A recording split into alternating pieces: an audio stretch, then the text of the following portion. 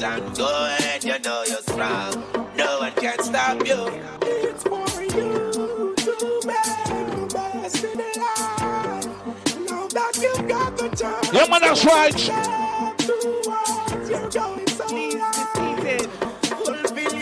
He's transforming Jamaica to the A. We gotta give credit to it so, man. The man been doing a wonderful job. We gotta give him a round of applause. Give the man a round of applause once more. Yeah. I like how the country a blossom and bloom. Trust me.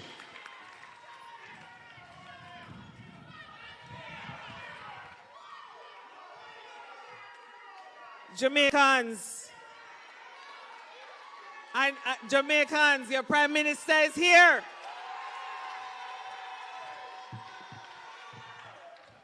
But we have to get started. And I know you're not here to hear me speak or even the minister speak. I know you're here to hear your Prime Minister speak. But as is customary with every Jamaican event, I must ask you to stand so we can ask God to be in our presence. And I'm going to ask Ambassador Reid to just join us up here to lead us in prayer.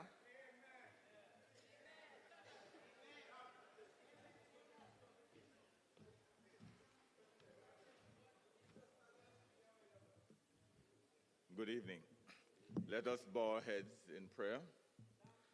Almighty Father, we thank you for this opportunity to be gathered here as Jamaicans, as friends of Jamaica. We thank you for the wonderful atmosphere that you have already created. We thank you, Lord, for preserving the team that has come from Jamaica, Prime Minister Holness, Minister Johnson Smith, those who have traveled from near and far. We ask that your blessing will be on this evening's activities, that we will all be able to fellowship together, and that you will bless the food that has been provided, and that everything will be to your glory, to your honor. We ask for your goodness and your mercy to be always with us, and that we will continue to recognize that wherever in the world we are, once we are Jamaican, there is love. Bless us now in Jesus' name. Amen. All right, please be seated.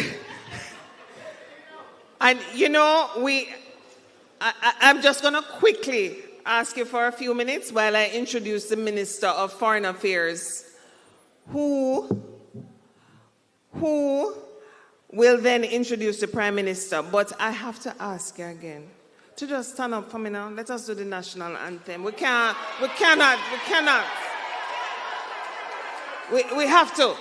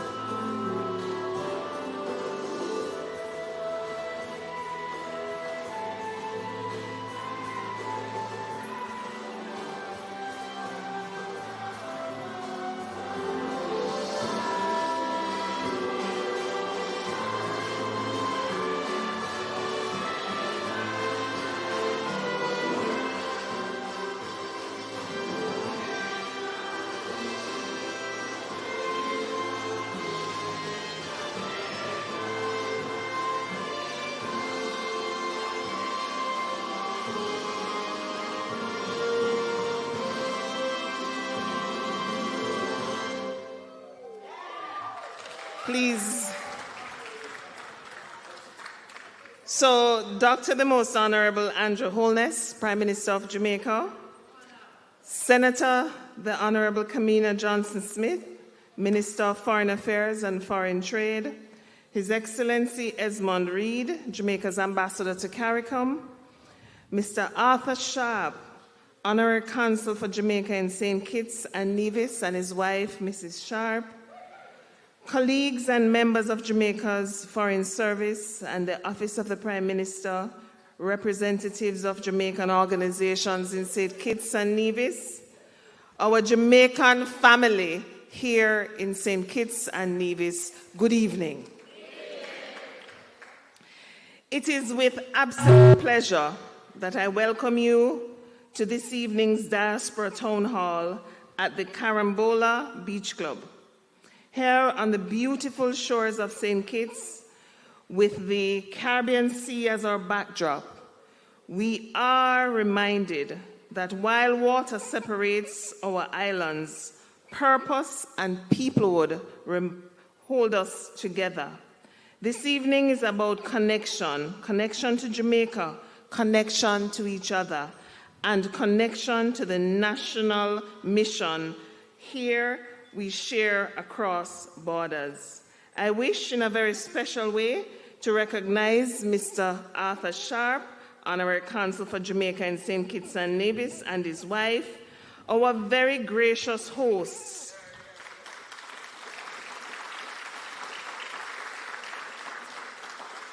Their steady commitment continues to translate goodwill into real community mobilization. Honorary Consul and Mrs. Sharp, thank you for your warm hospitality and for again mobilizing Jamaicans across St. Kitts and Nevis to be present and engaged, whether by bus across St. Kitts or by boat for our brothers and sisters coming over from Nevis. Friends, this town hall is especially significant as it comes at the close of the 50th regular meeting of the Conference of Heads of Government of CARICOM, which was held under the theme Beyond Words, Action Today for a Thriving, Sustainable CARICOM. It is within that spirit that our sweet island Jamaica continues to strengthen the framework for partnership with our diaspora, recognizing you as the stakeholders and the enduring pillar of Jamaica's progress for present and future generations.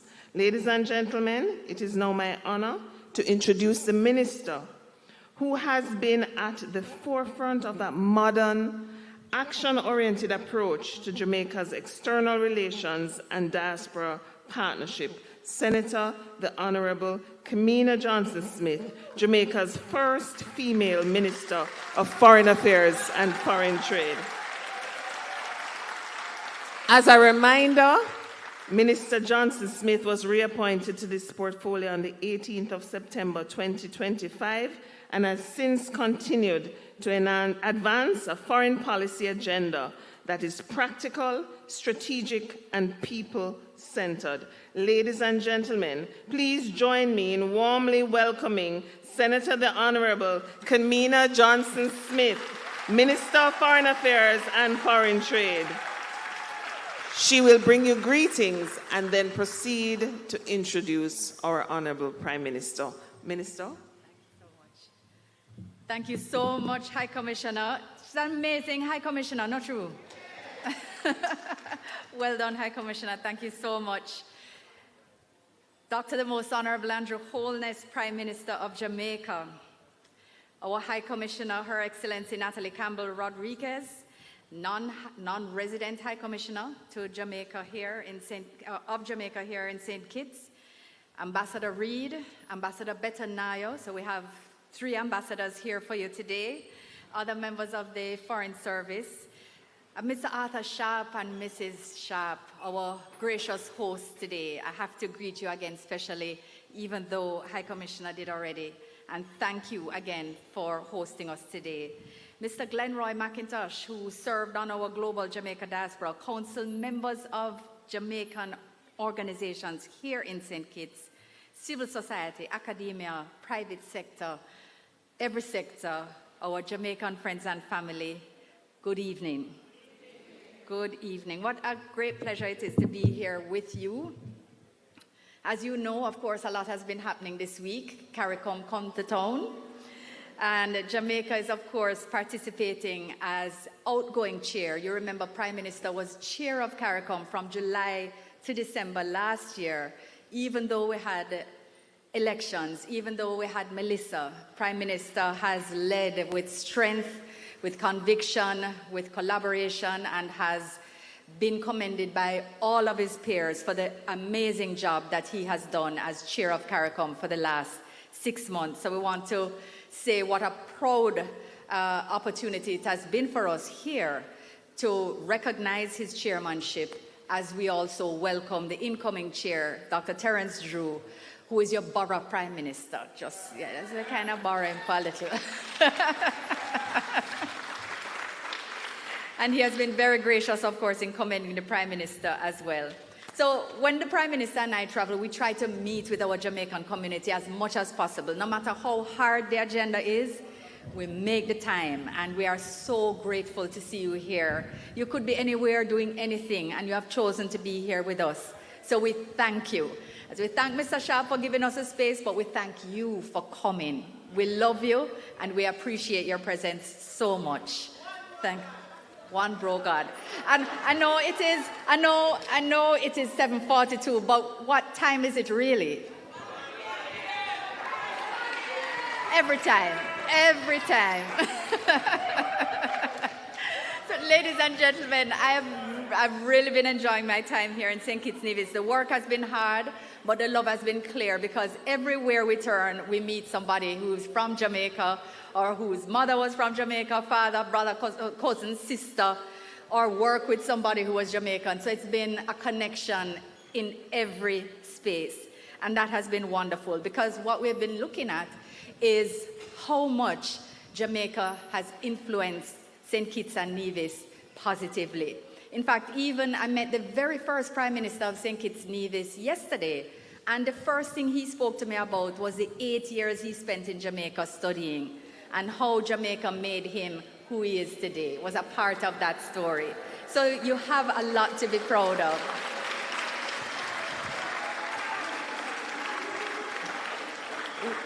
What is also amazing is that everybody speaks so positively about Jamaica and Jamaicans, and what that says to me is how amazing you are, because you are clearly the ambassadors of Jamaica, who every day show up in your work, in your professions, in your sector, with such a positivity, with such a vibe, and with such a strength and commitment, that you are loved and respected right across St. Kitts and Nevis, and how proud that makes me. So big up yourselves. Everybody big up yourselves. So we recognize that Jamaicans work in practically every sector. You're in health sector, hospitality, construction, public service, government. You are in every sector. So I always say we're large. We have to love that. We have to love that.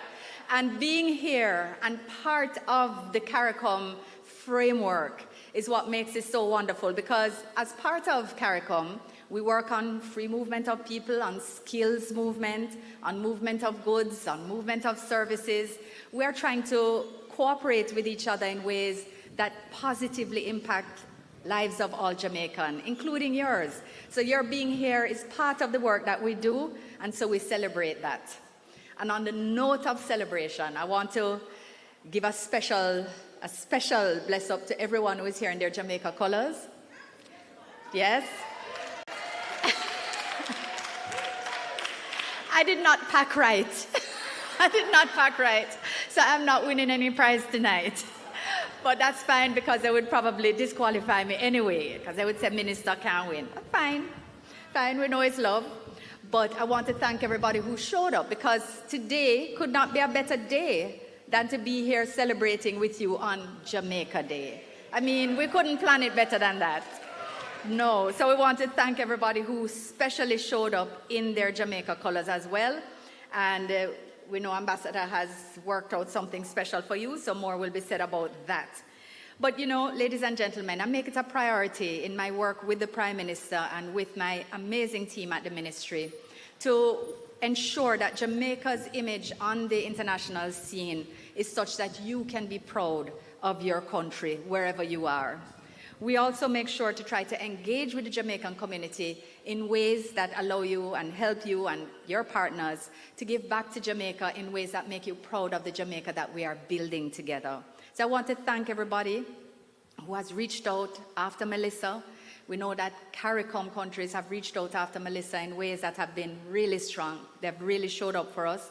Prime Minister might say more about that to you, but in any event, be assured that what you might see in the media about fragmentation and fight and bust up, and it's really, it's really not like that. There's a lot of work at hand. Not perfection, and there are challenges, but there's a lot of good work happening, and we are a strong part of that. You hear your Prime Minister always speaks measured, always balanced, always putting forward sensible proposals, always making sure that our voice is one that's moderate, one that's respected, one that is at the table, and that is something of which you can be very proud. So I'm about to introduce him, although it's clear that you know him well. But I want to remind you just of a few things, because I always think it's important to keep things fresh. And I want to remind you that he became Jamaica's youngest prime minister at 39 years old. 39 years old. And since returning to office in 2016, he has led Jamaica through the most significant economic transformation in our security. I heard the DJ a while ago say he'd love to see how the country will blossom. And he's blossomed. I know you're not the gardener, you're the builder. But you are making Jamaica blossom, sir, and it makes us proud. It makes me proud to be a part of your cabinet. So we have been ensuring that fiscal discipline, how we manage the country affairs, is right and proper. We've been making sure that public service delivery starts to get better. We're making sure that our health sector also gets stronger, more infrastructure, a lot of things coming on stream this year and next year, even notwithstanding Melissa. He will tell you more about how murders and crime coming down historically low, and it has been really as a result of his direct management of these issues. Hands-on, sleeve roll-up, direct management of these issues. And it was in response to this that last September, the people of Jamaica rewarded him and his achievements with a historic third term. Yes. So that even as people are thankful that he is the man in power to manage crisis of Melissa and our recovery, it also is the opportunity for him to build more on what he did in the last 2 terms. So Prime Minister, we are grateful that you have managed to take the time to come to be here with us today. You could have sent us forward and said, boy, Minister, there's too much to do. High Commissioner, there's too much to do.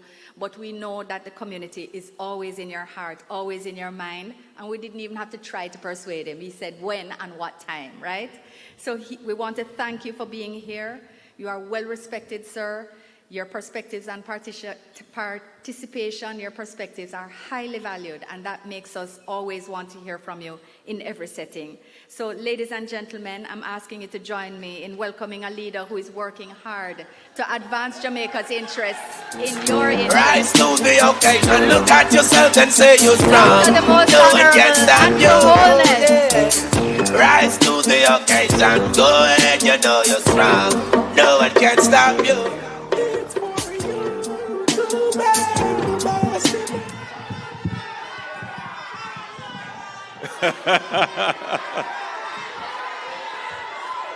Oh, you're all looking so good. Please, please, please, please, please. Allow me to do the formalities, please. To do the formalities very quickly. Thank you very much, Minister.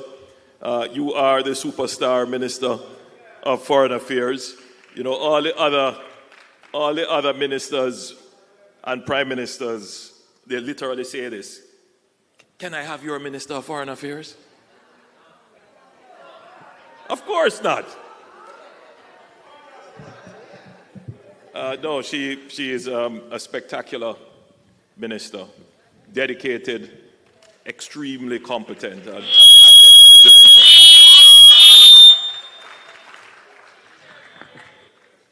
and of course, allow me to also acknowledge from the Ministry of Foreign Affairs, our High Commissioner to Trinidad and Tobago, who has oversight of this country, Her Excellency, Natalie Rodriguez Campbell, or Campbell Rodriguez. Natalie, you should stand.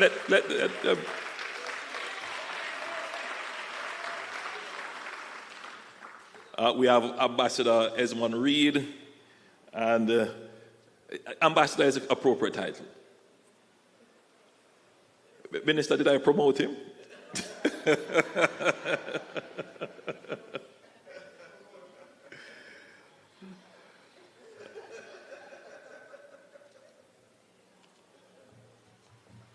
But I also want to say thanks to Mr. Arthur Sharp and his wife, who have made this possible tonight by allowing us to use these facilities, lovely facilities, and who is our honorary consul.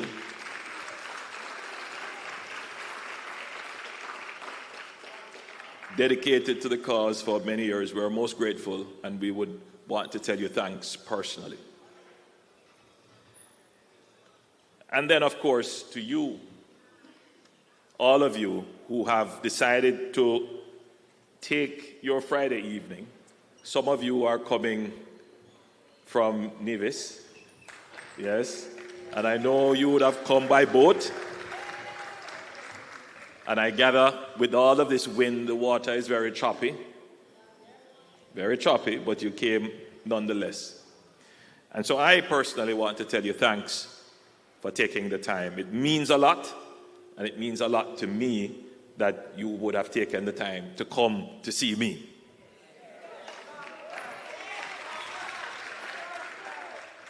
So I'm glad to see you.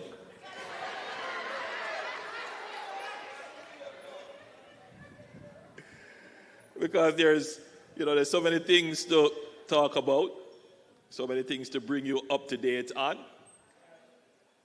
But let me start with that cruel visitor we had in late October, Melissa. I don't know how many of you have been following the news that they have upgraded the wind speed of the hurricane, and it is now tied for the most destructive and most powerful hurricane that has ever hit the Atlantic. So when you hear people talking about Jamaica's response to the hurricane, you have to put it into context that we were not hit by a normal hurricane. This was the strongest hurricane that the earth could produce, hit Jamaica. And as bad as it was, though, right? God is always looking out for us, because that's the only thing I could say. If not giving us more than we can bear. So he must know what our capacity is. So I was watching the hurricane passing along the southern shore, and I was worrying that if the hurricane turned, it would hit Kingston. And that would have been a different story. But I know many of you prayer warriors were on your knees in prayer.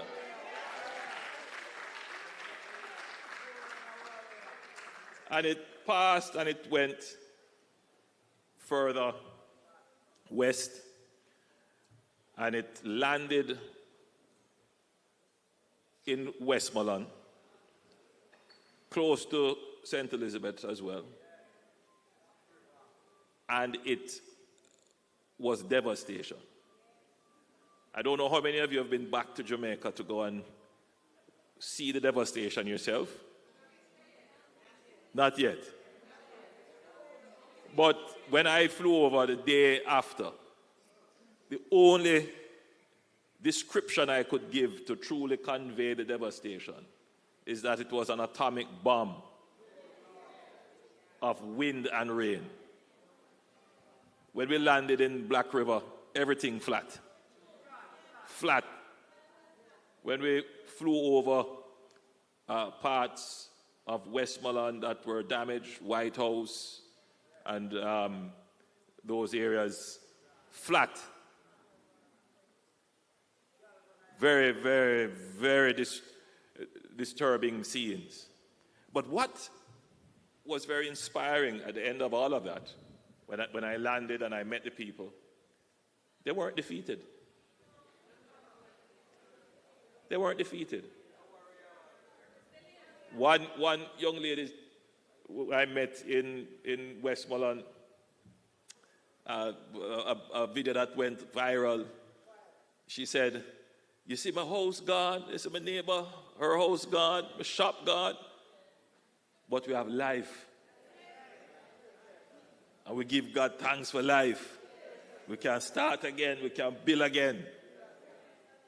And even when we had the visit of some of our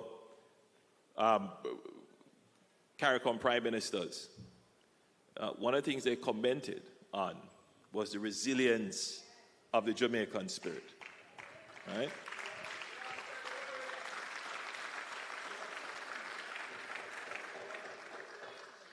Of course, resilience is important. Determination to succeed is important. But that has to be matched by the government's support, because government is an enabler. And what we have done is to, first of all, make sure that we are able to put on a very effective relief effort. So in the first 2 weeks of the hurricane, the effort of the government was on relief. Now, what is the relief? The relief is usually the humanitarian support, to get aid to persons who can't get the basics of life. And in that regard, the JDF was very helpful, but we didn't have enough airlift. Thankfully, the Americans came in, and we were able to get heavy lift from them. And other private persons took in their aircrafts as well, and that was very helpful. Many countries came to our aid immediately, including many CARICOM countries. I would say, Minister, I don't want to name and then I leave out any, but almost all CARICOM countries contributed in some way.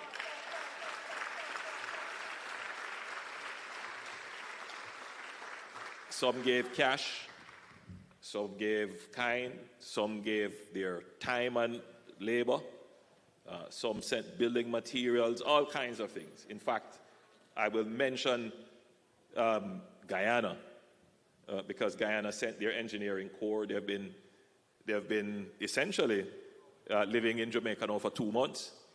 They have rebuilt over 150 roofs of 200 that they have committed to do, in addition to a police station and a high school.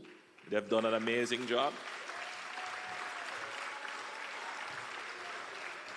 And as I said, since I started to name now, I don't know how I'm going to stop.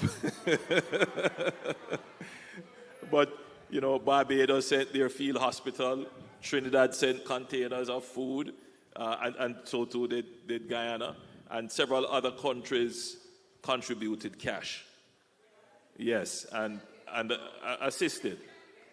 And, you know, we're grateful. And as Jamaicans, one of the things that we believe, as one of our artists would have said, coined it in our song, gratitude is a must. So we give thanks for our brothers and sisters in CARICOM for coming out and stepping up in the way they have to support us. And, you know, you might hear talk about the region and we're not integrated and there is fragmentation. You know, look, everybody has their own interests that they have to protect. But we're still a family. You and your brother, you and your sister don't always see the thing the same way, but touch one away. Yeah, and that is the spirit, that we are always looking out for each other.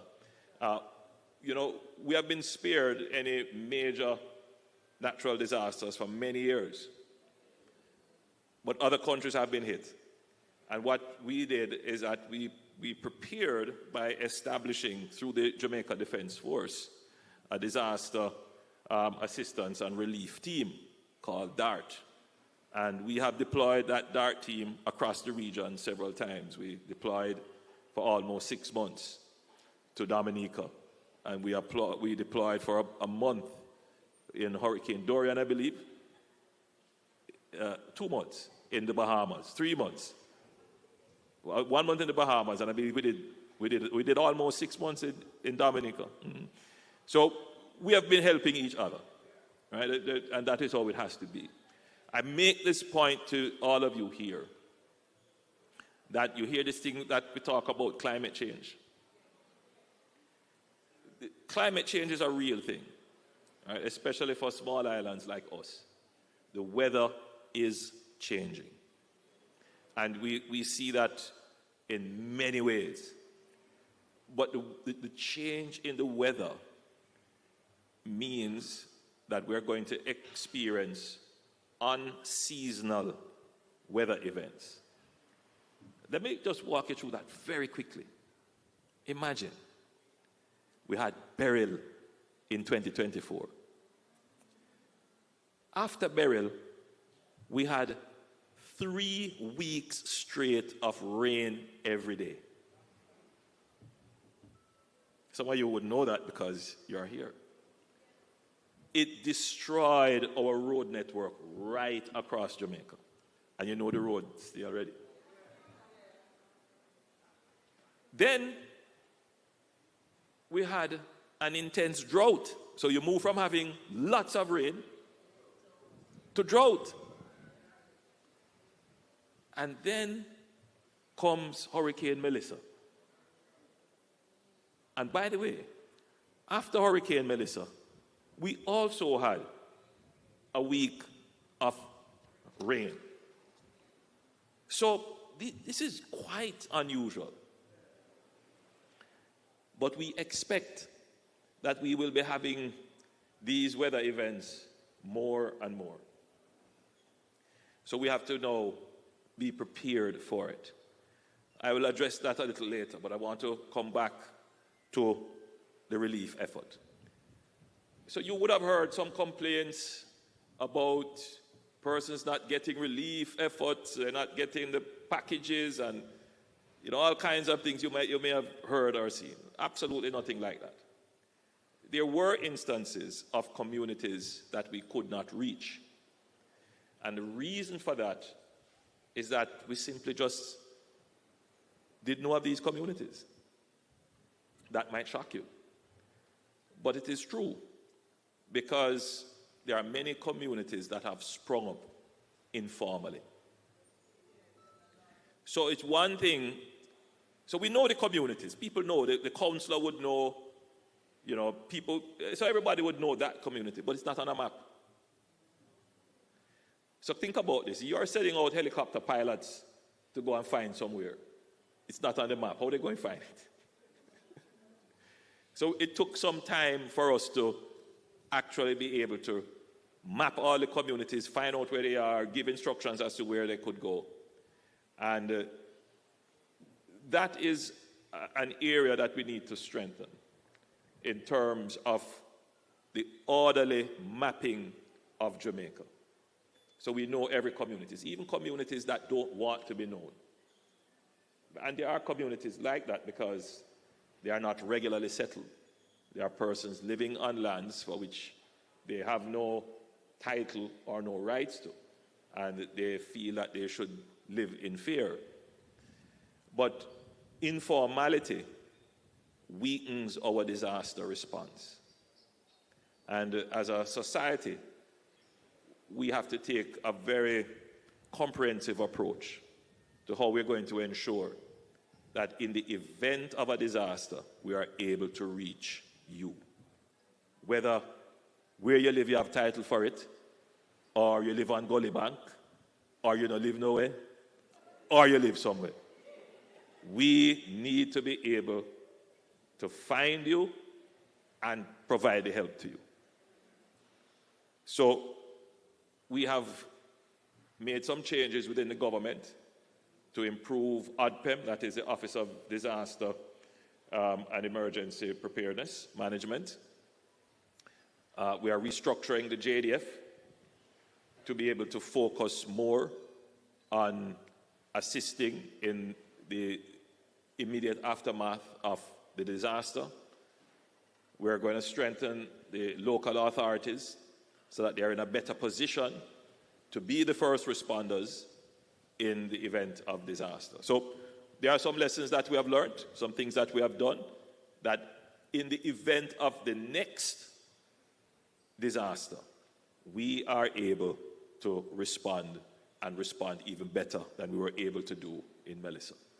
You notice that after 2 weeks, you don't hear nothing more about the relief effort, because we were able to put in place a really robust logistics operation that delivered, I don't remember the figures, but it's hundreds of thousands of packages to households that were impacted.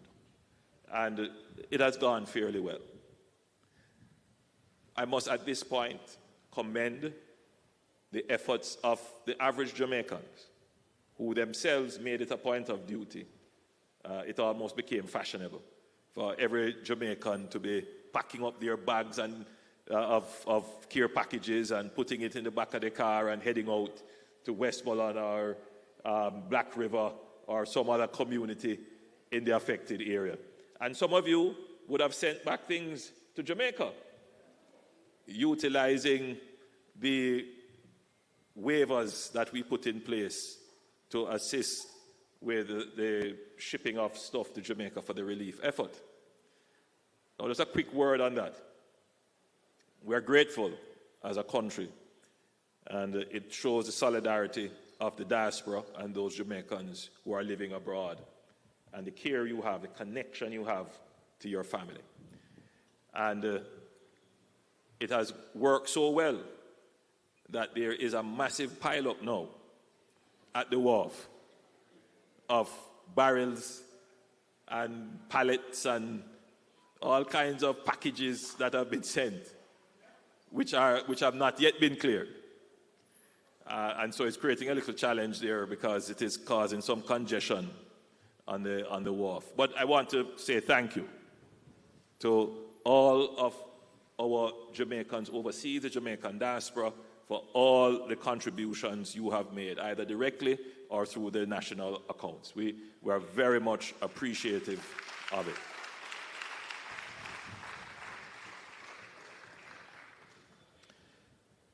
So we recently announced the end of the relief period. That came to an end in January, the end of January. So the government is not focused on relief.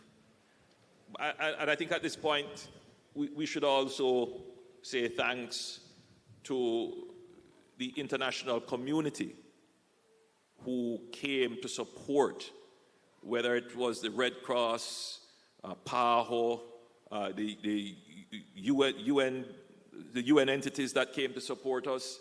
And one that I found great favor with was the World Central Kitchen. Oh God, they did such an amazing job. They provided, I believe, close to 1 million meals to dislocated Jamaicans. And you know what I was proud of? We had about one or two cases of persons trying to rob individuals carrying out relief efforts. But by and large, we behave ourselves.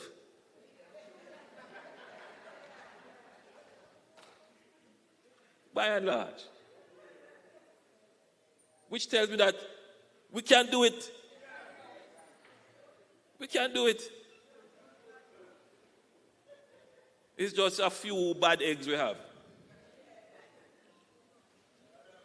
But by and large, there was no, with a disaster like that, with the crime problems that we had, there was no break in our national security. There was never a time when we had to declare a state of public emergency.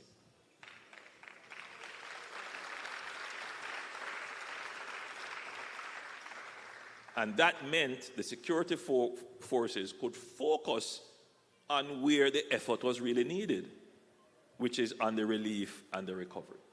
So the relief went fairly well.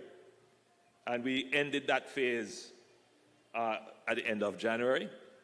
And we're going to officially end the recovery phase. Now, what is the recovery phase? So recovery is when you're able to return electricity, water, telecommunications, hospitals, schools, open up back the roads, open up back the shops and stores. In other words, to return normalcy to people's lives. And a part of the recovery effort is to get the roofs rebuilt. So the roofs program spanned both recovery and the other part of the effort, which is called Reconstruction. So we have started the recovery of roofs with a program that we actually call Roofs. And that is the restoration of owner-occupant family shelters. And we are giving grants to persons who have been severely damaged, or total damage or severely damaged, of 500,000 Jamaican dollars. And that is significant. That will help you to restore two rooms on your house. For people with moderate damage, remind the minister what they get. They get, I think it's 200,000. And for people who get minor damage, 2 or 3 sheets of zinc off their house, they get $75,000. So we have started that, and we have allocated in the budget 10 billion Jamaican dollars. And that will help about 50,000 Jamaicans to recover. So you would see in the media where the process has started. People are getting their checks. People are able to go to the hardware and start to reconstruct, rebuild, restore, repair their roofs. Already we are about 97% recovered, if not more than that by now, in electricity. We're 97% recovered in water. Schools are back. All schools that can reopen are reopened. We have different modalities. Some schools are reopened, but they don't have regular classes. Some schools are reopened, but they are online. I think the biggest fallout, which is of concern to me, is that the Ministry of Education has reported that there are about 1,000 kids that they have not been able to track and get them to come back to school. But the good news is that the ministry is actively trying to find them, to get them back into school. Because I always believe, in the worst of situation, it is better for you to be in school than not. So we're going to find them and bring them back to school. And the other good news is that we have approved, well, almost $5 billion for the Ministry of Education to do the restoration and the rebuilding of schools, and that is going on right across Jamaica now. So yes, for the next month or so, there will be a little bit of dislocation, but as soon as those schools are restored, kids will be going back to their normal school schedule. So the recovery is going fairly well. Now for the big thing, the reconstruction. The reconstruction has to take place on 2 levels. The first level is that we have to look at what was destroyed, and we have to figure out, should we build this back?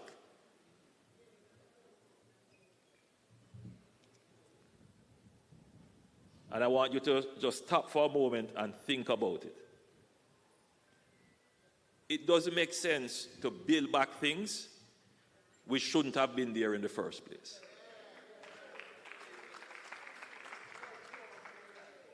Let me give you an example. If we were building a hospital today, we would not build it in a low-lying area close to the sea. Why we would do that? Hurricane going to come, high tide, flood, all kind of things. So we'd find a better place to put it. But we have hospitals that we have, inherited from colonial times. For example, the Black River Hospital. And you know where that is, right on the shore. So you really wouldn't want your hospital to be in a place where it is going to be so exposed. That will break your ability to continue to give service to people, right? So if we were building the hospital now, we would build it in a more secure location. So if the hospital is destroyed, why go back and build the hospital there? No, we have to be smart. We put it somewhere else. And there are a few hospitals like that. One of them, as I mentioned, Black River, Noel Homes, and the Falmouth Hospital. Again, very close to the sea, near the shore, and in a low-lying area. So we have to figure out where we're going to move these hospitals and put them. Then, I want you to think about some of our roads. You ever wonder why we build the roads on the coast? Why we run the road beside the river? Why we put the road on the steep hillside? Why we cut the road on land that you know is going to slip? Think about it. Many of these decisions were not made by us, right? Some of them are legacy from colonial periods, when the route to market from the farm traveled along a river to carry into town. The route to the port to get the banana or the sugar, you travel along the shore to the port. And that is how most of our roads, which started from donkey track, and then it became the normal route, and then we just decided to pave it because that is the route. But if we were doing it today, would we do it like that? No. So we have to start to think, no, we need a new highway, because I don't know how many of you knew this, but to get into St. Elizabeth by road was a problem. The road couldn't carry the traffic. And when everybody's going down there, it just was a knot. It just wouldn't work. But that also shows you that you need a better road network to be able to be responsive in an effective way to a disaster. So we have to build some new roads, but we can't build them in the same place and in the same way. So in the reconstruction phase, we're going to look at what is there, and we're going to say, what can we build differently? So we're going to build either in more secure and defensible locations, but we're also going to build to different standards. We're going to build it such that if there is another super phenomenal event, another extreme event, like Hurricane Melissa, the facility will not be damaged, and the facility will be able to continue service. I want to spend a little time on this issue of the continuation of service. As I was flying all over Jamaica in the impacted areas, there were times when we stopped at hospitals, and the chief medical person there would come up to us and say, we have a mother who is about to deliver. We have no electricity, no water. We have patients that we have nowhere to put them. The hospitals did an amazing job. The doctors and nurses, I have to give them commendations.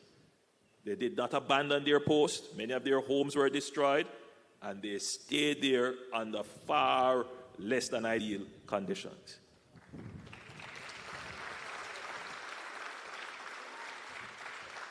The people who are critical of our response don't see these things. They don't see the JDF flying several missions, carrying people with broken leg, carrying pregnant mothers, carrying people who didn't have their diabetic drugs to get them to places where they can be treated. But that could have been lessened if the hospitals were built to a particular standard where they could withstand the hurricane and continue to serve even in the disaster. So what the disaster did, though it did not stop the continuity of government, government was able to respond quickly. In some areas, there was a break in continuity. The police station was totally destroyed in Black River, but the policemen were there. The hospital totally gone, but the nurses and doctors were there.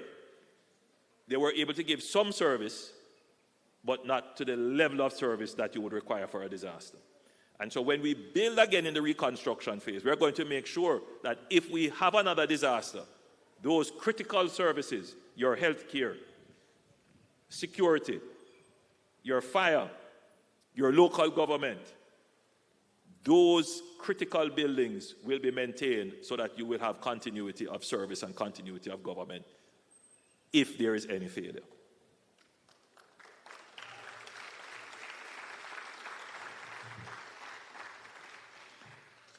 Something that is seared in my mind from watching the international coverage of the hurricane, which I'm sure many of you were watching the international coverage. So there's a reporter from I believe it's a British station, and he was interviewing a man, and the man was saying, "Boy, I don't see nobody from the government, nobody not come." I don't know how many of you saw that. The only people we see are the Lakovia police. But what it did for me was to show, to be, you know, it really gave an insight into how Jamaicans see their government. Right? If I don't come, the government don't go.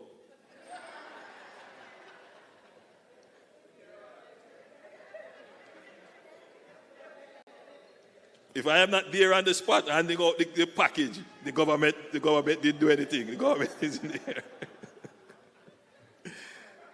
That's quite understandable, right? I mean, people want to see the persons they elected, the persons who they vote for, the person who they call their leader. They want to see them there. But that can't be the case in these kinds of disasters. I can go for sure. I could go and hand out one package, but when you have 100 and 1,000 persons affected, what's one package? My job was to make sure that the systems work. Now, we need to bridge that understanding in our people. You need to be holding government to account for making sure that systems work. Not for them to be coming and handing out anything to you. Because just from a physical, practical point of view, we can't hand out to everybody who needs it. We need to put systems in place to reach everybody who needs it. And that's what I focused my time and effort on, to put the systems in place, make sure they work, and make sure there's no repeat of any systems failure that may have occurred. So I give you that as an assurance that every day I am at my desk trying to ensure that the systems work in your favor, that you are protected. If there is a shock, we can respond, stand up quickly, and recover and grow even better than before the shock. And that's what my efforts have been. And I believe they have been fairly successful. So systems are working. Now, let's be clear. Some of your families, they have not yet been able to put on their roofs. They still have tarps on their roofs. When it rains, it's Melissa all over again. But it is not hopeless. So there are people still suffering, but it is not hopeless.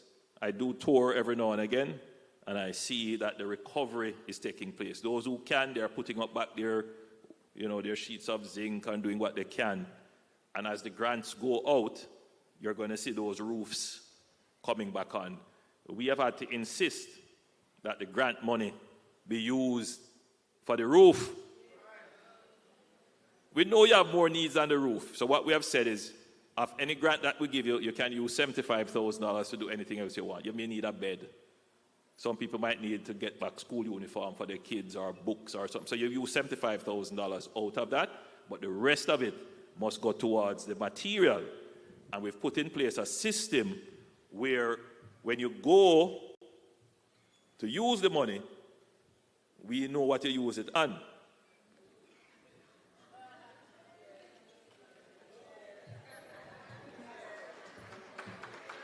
So, because it's all digital, it's all digital.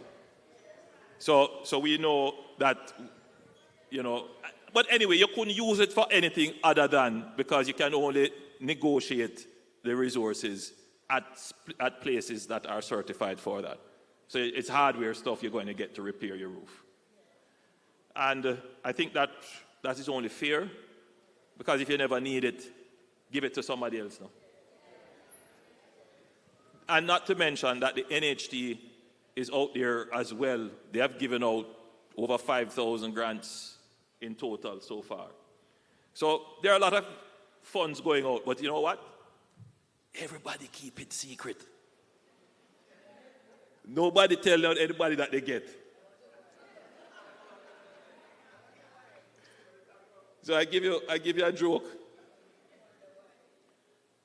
We give out multiple grants. So we give out building grants for the roofs program for building, and we gave out some relief support grants that households that we have assessed, they would have gotten some cash grants that they could use to buy food supplies and to restart their lives. And so people were getting the grants. So it's like $30,000 to $40,000 a fortnight or something like that. So when I announced the roofs program, there were some people grumbling, but didn't want to say anything because they said, this is all we're getting? That can't repair a roof. But you see, they didn't want to come up and ask any questions, lest they were not supposed to get that grant. So we had to reassure them, no, look, yes, we assessed you.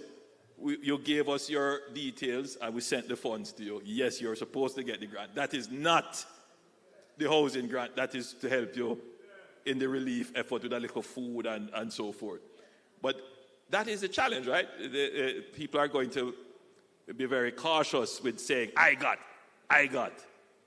But the target is that so far over 50,000 people, based upon the funds that we have projected, will get grants to assist with the recovery. So I'm saying all of this to you, and I'm certain we'll get back home, that we have to be careful when we craft notions that nothing is happening and nobody's getting assistance. That's patently untrue. And it creates a kind of dampened attitude of positive recovery. And if we need anything now, is a positive attitude for recovery. So I just want to put that on the record and to inform you as members of the diaspora. Now, we are going to be establishing an entity called NARA, the National Reconstruction and Resilience Authority. So yes, we're going to reconstruct the stuff that was destroyed, but we also have to look at things that were not destroyed. But if it were destroyed, we would be in problems. So like KPH. So we have to look at how we can rebuild, improve KPH, so that if, God forbid, anything were to happen in that region, KPH could continue to deliver critical services. So that will be a project under the NARA. That's not a reconstruction project, that's a resilience project. Right?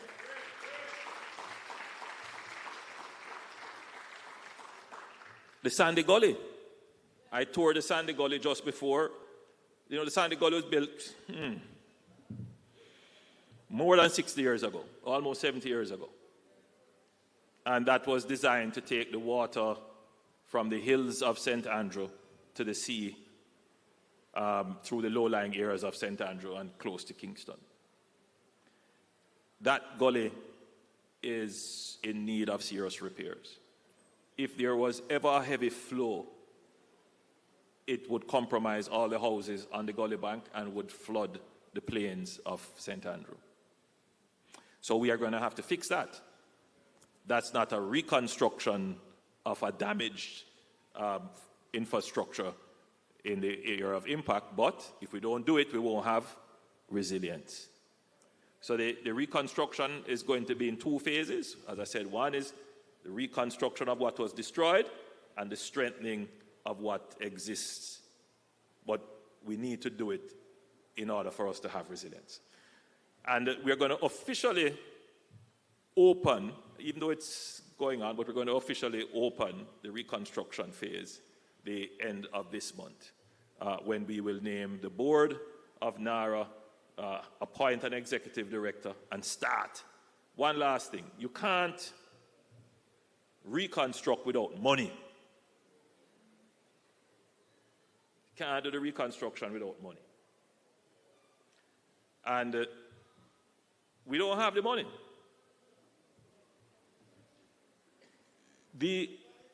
Let me put some things into context for you. I want you to just bear with me for 2 minutes with this. The World Bank estimated that the damage was somewhere in the region of about $8.6 billion, my vague recollection of it. We just finalized that figure through the PIOJ, and it is closer to $10 billion of damage. US are talking, when they're talking US. Anybody knows what is Jamaica's GDP? Jamaica's GDP is about $21 billion. You get the magnitude of the disaster? So almost half of our GDP. All right. So we wouldn't be able to find that to recover. Now, granted, not everything that was destroyed is public. Hotels, private businesses, private residents, but it's still destroyed. And the government don't own all of the GDP either. The GDP is where you produce as well. So the impact on the society is great. Now, Minister Johnson Smith and myself, we went to something called the G20, which is the group of 20 leading economies in the world. And we spent the time there in dialogue with the international financial institutions, and they were very sympathetic to Jamaica. Now, when you go across the world, Jamaica is the most known island.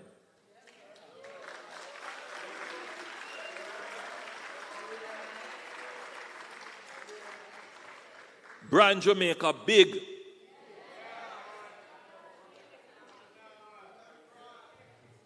And you have made it so.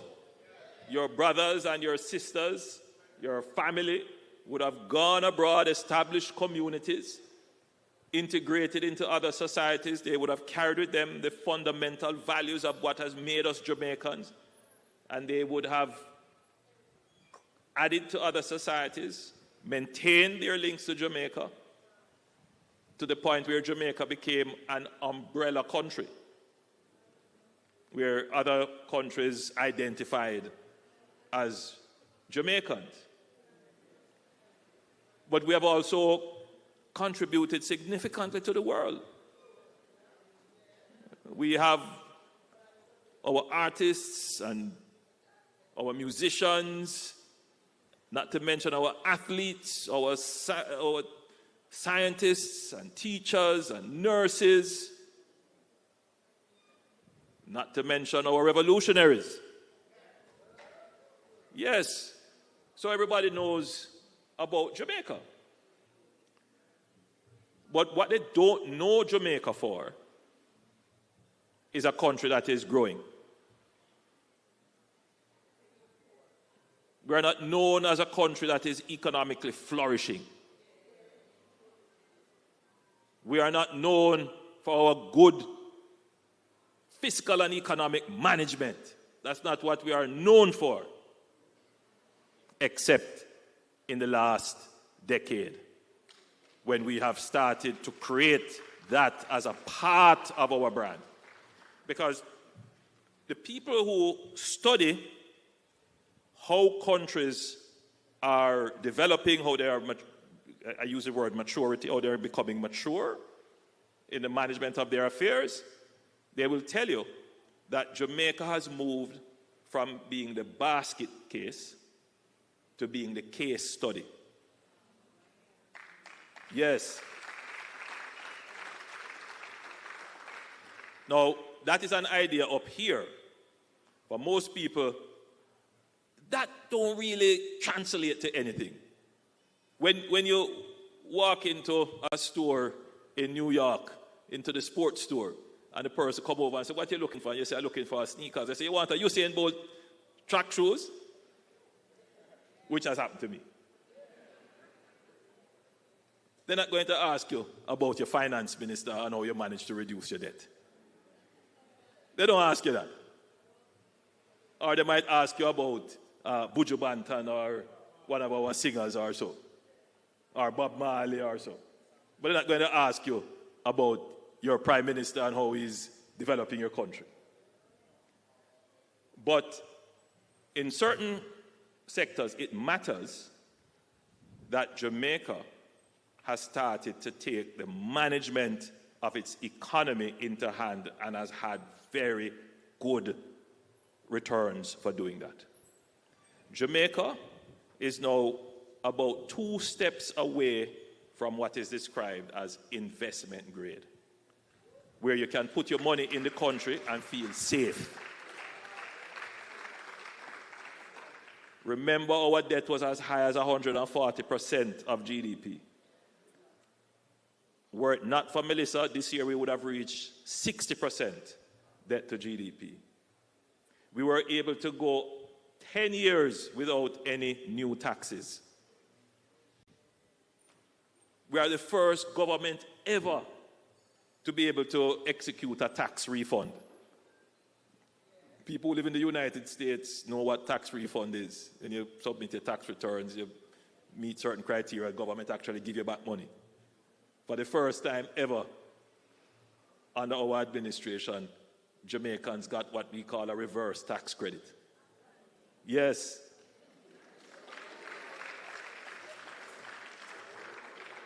We have consistently increased the income tax threshold, and we have consistently increased the minimum wage. In fact, we have more than doubled the minimum wage since we have been the government, and we'll continue to increase the minimum wage.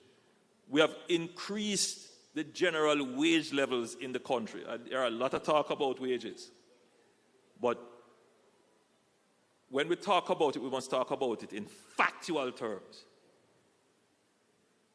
Right? The increases that have been given have never been given in the history of Jamaica. Significant increases. We have improved the management of our economy such that we are now able to increase our budget on national security. I want you to bear this in mind, that there were years before when there was no capital budget for the Ministry of National Security, meaning that the government couldn't buy a police car. Today, every Jamaican benefits from a murder rate that is below 1,000 murders for the first time in 30 years.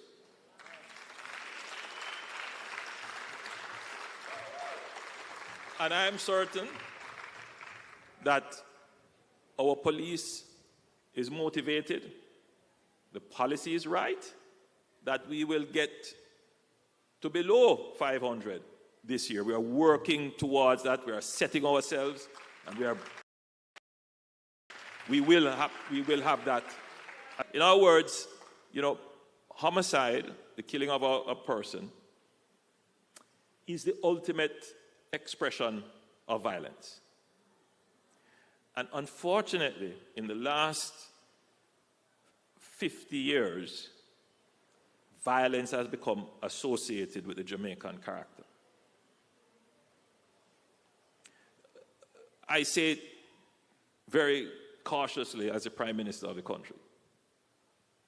But I have to be frank with you, my people, that we have allowed violence to creep into our daily interactions. And the result of that is that we are using violence as a means of resolving conflicts. We're going to put it in some nice terms. They say intimate partner violence, but you say man and woman business. There was a time when we even accepted that, I'm not even going to say it. But there are some people who believe in violence in intimate partner relationship.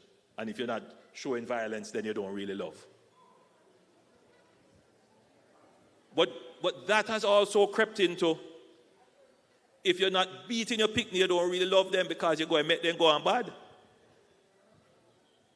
And what has happened is that there is no limit as to how you discipline your child. So you have violence in how you discipline children. And when I tell you this, the only thing that a child learns from violent discipline is that the only way to correct something that is wrong is through violence. So you have inoculated that child with violence. You have infected them with violence, and that is how they're going to largely go unless there is some intervention. In domestic issues, we have seen situations in Jamaica. The neighbor's garbage been turned over in front of somebody's yard. They have an argument. And before you know it, knife draw, neighbor dead. Just think about it. I mean, you know the experiences. You go to other countries and you don't see that. We as a people have to stand up and say we're going to change this. This is not Jamaican. It is un-Jamaican. It has destroyed our good brand.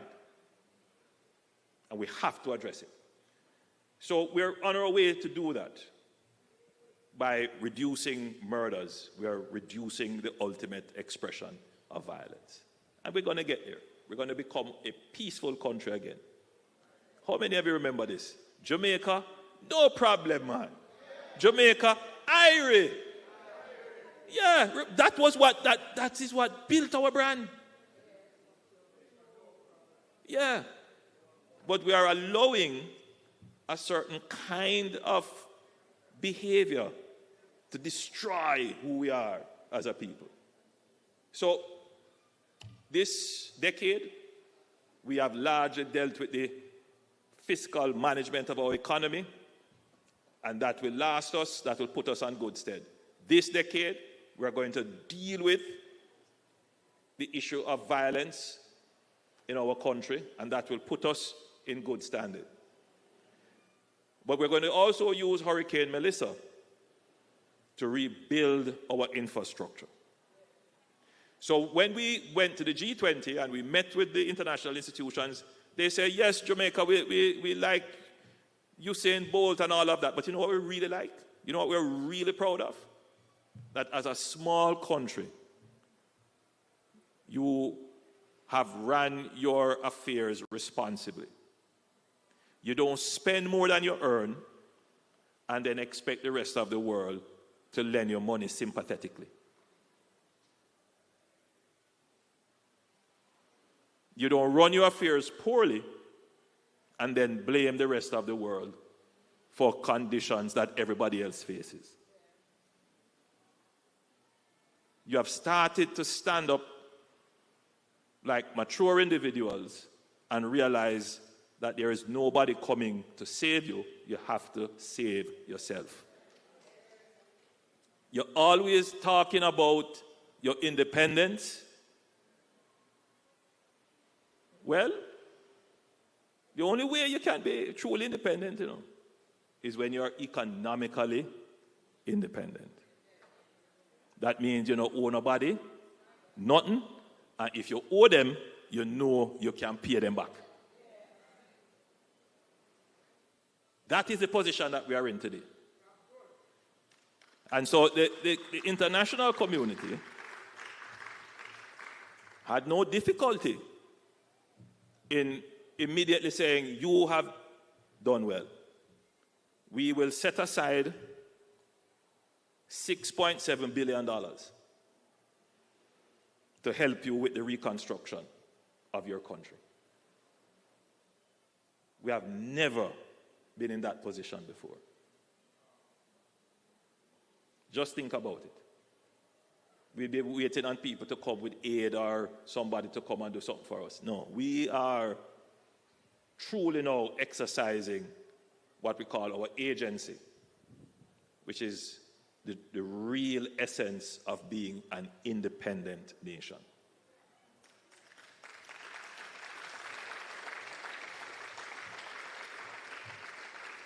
So we're going to use that money to make an impact on our infrastructure.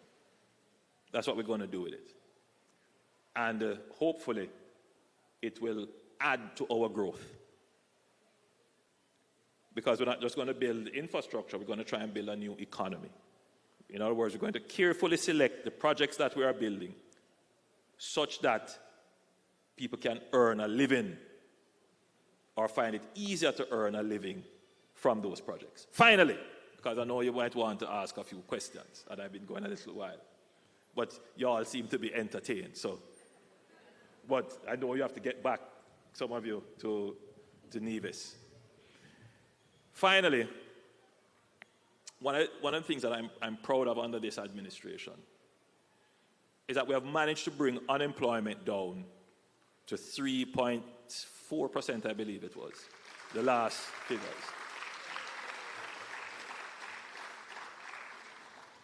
No doubt there will be a little uptick in unemployment because of Melissa. Many hotels are closed, many businesses are closed, and so there will be an uptick. But the 3.4% or 3.5% unemployment technically means that Jamaica is at full employment. Now, when I say that, there are some people might say, is that really true? Well, we've been using this method of calculating employment for decades. So we haven't changed the measure. Now, is everyone who is employed in a high-paying job? No. Is everyone who is employed in a job that is fully utilizing their skills? Maybe not.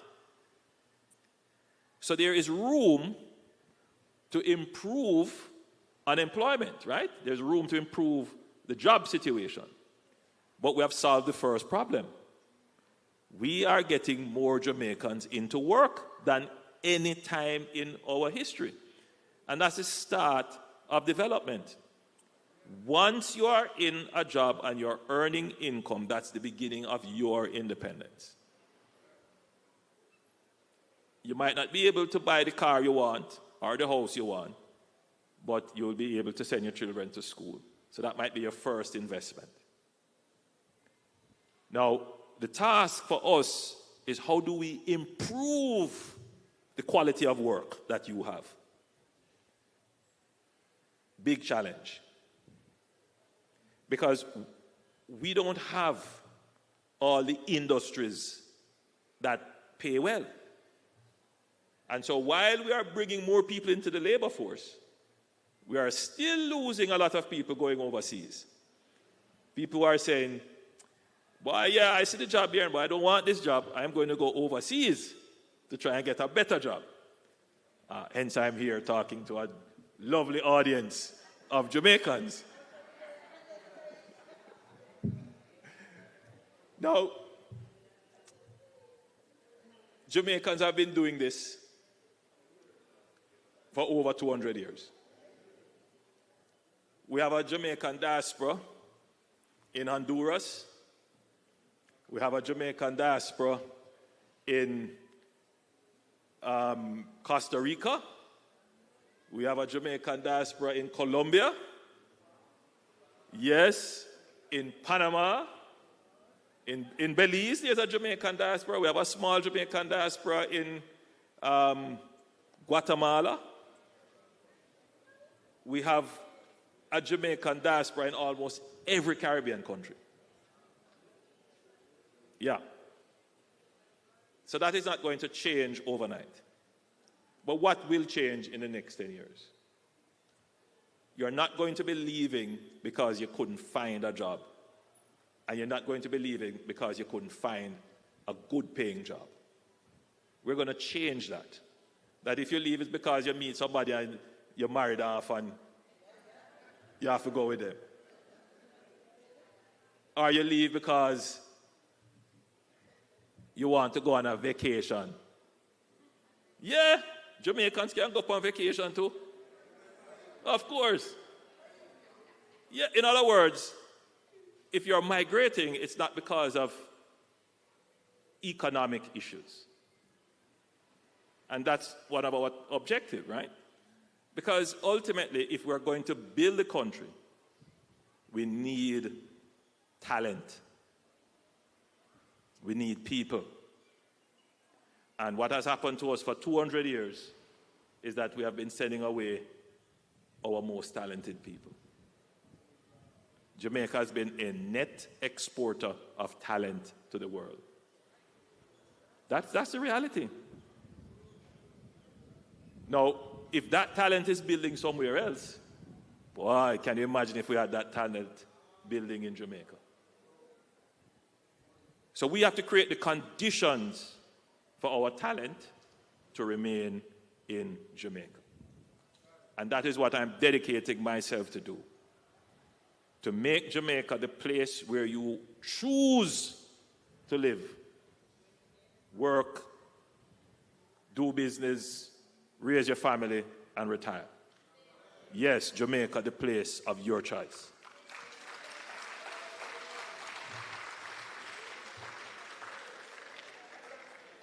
And there are many strategies we have in place, and we're getting there.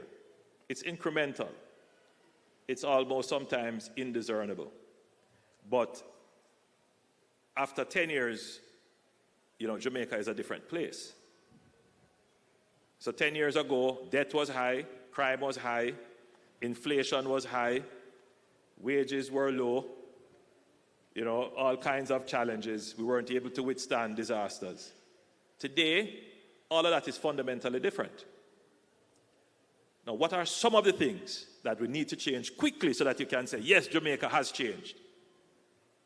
And I think the first thing you want to see, apart from reducing the crime, is to make Jamaica clean. Public sanitation and public order. As you experience the countries that you live in, and you compare and you say, why Jamaica can't look like that sometimes? So we have a plan which we are going to be unfolding to deal with the cleanliness, public sanitation, and public order. Right? Then there is the health care. So that is a big concern for a lot of people. And we are making the investments in increasing healthcare capacity, but there is the care in healthcare which is posing a challenge.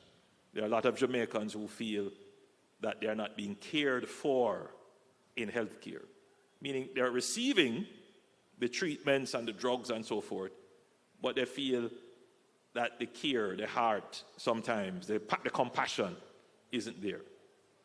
And, you know, I have to also be very considerate of the pressures that the nurses and doctors are on.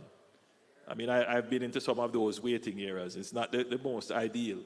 And sometimes they have to be very efficient and very assertive in what they're doing. And sometimes that may not come across in a compassionate way when persons are suffering under illness. So yes, these are all things that we have to deal with. Minister Tufton has started to address that in a practical way in trying to manage waiting times, because that is one of the key variables in how people feel about the care in healthcare, how long they have to wait. So we're putting things in place to manage that. I'm not telling you that we're going to have a first world health system in 10 years, but we're going to work to getting very close towards that. Then the education system. You know, Jamaica was largely reputed as having one of the best education systems, but then we didn't have access. So we had high quality, but low access. So it meant that a certain strata of the society would get access to the best quality education. We kind of reformed that, so now we have almost universal access, but that has come at the expense of quality. And I'm using the term quality advisedly. I don't want anybody to, as these things have social connotations usually, to misinterpret what I'm saying. I mean, there is a standard functionality that we expect the average citizen to receive from the education system. The ability to articulate in the language, the official language of the country. And though many persons are able to write, they are not able to articulate in the language of the country.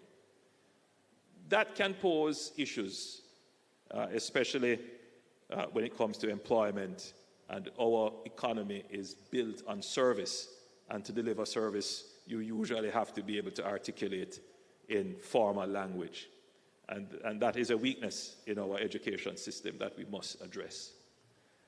In today's world, you must be computational. You must have mathematical functionality. You don't have to be a math professor or a math genius, but you must be able to compute. And again, numeracy is an issue. We see it in our scores when we compare ourselves to others, and this is something that we must address. Unfortunately, as a cultural matter, we grow up and say, boy, I never like mathematics, or boy, I can't do maths. And what that has done is to seep into the minds of our children that mathematics is not important. And that in today's world, I would advise all parents to ensure that their children pay attention and focus on mathematics. Absolutely important. Absolutely important. We have to become technologically aware, because technology is being integrated into almost every aspect of life. Now, we see ourselves as consumers of technology. So we buy the phone, and we download the apps, and we consider technology almost like an appliance. That's good. But we now need to start to consider technology more as like a tool. So we're not using technology to satisfy our consumption. We're using technology to create value.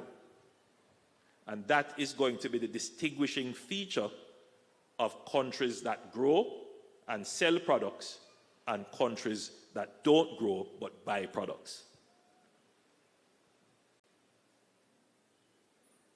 So we have to spend some time on our education system to create the generation of Jamaicans who are going to be able to use technology as a tool. All right?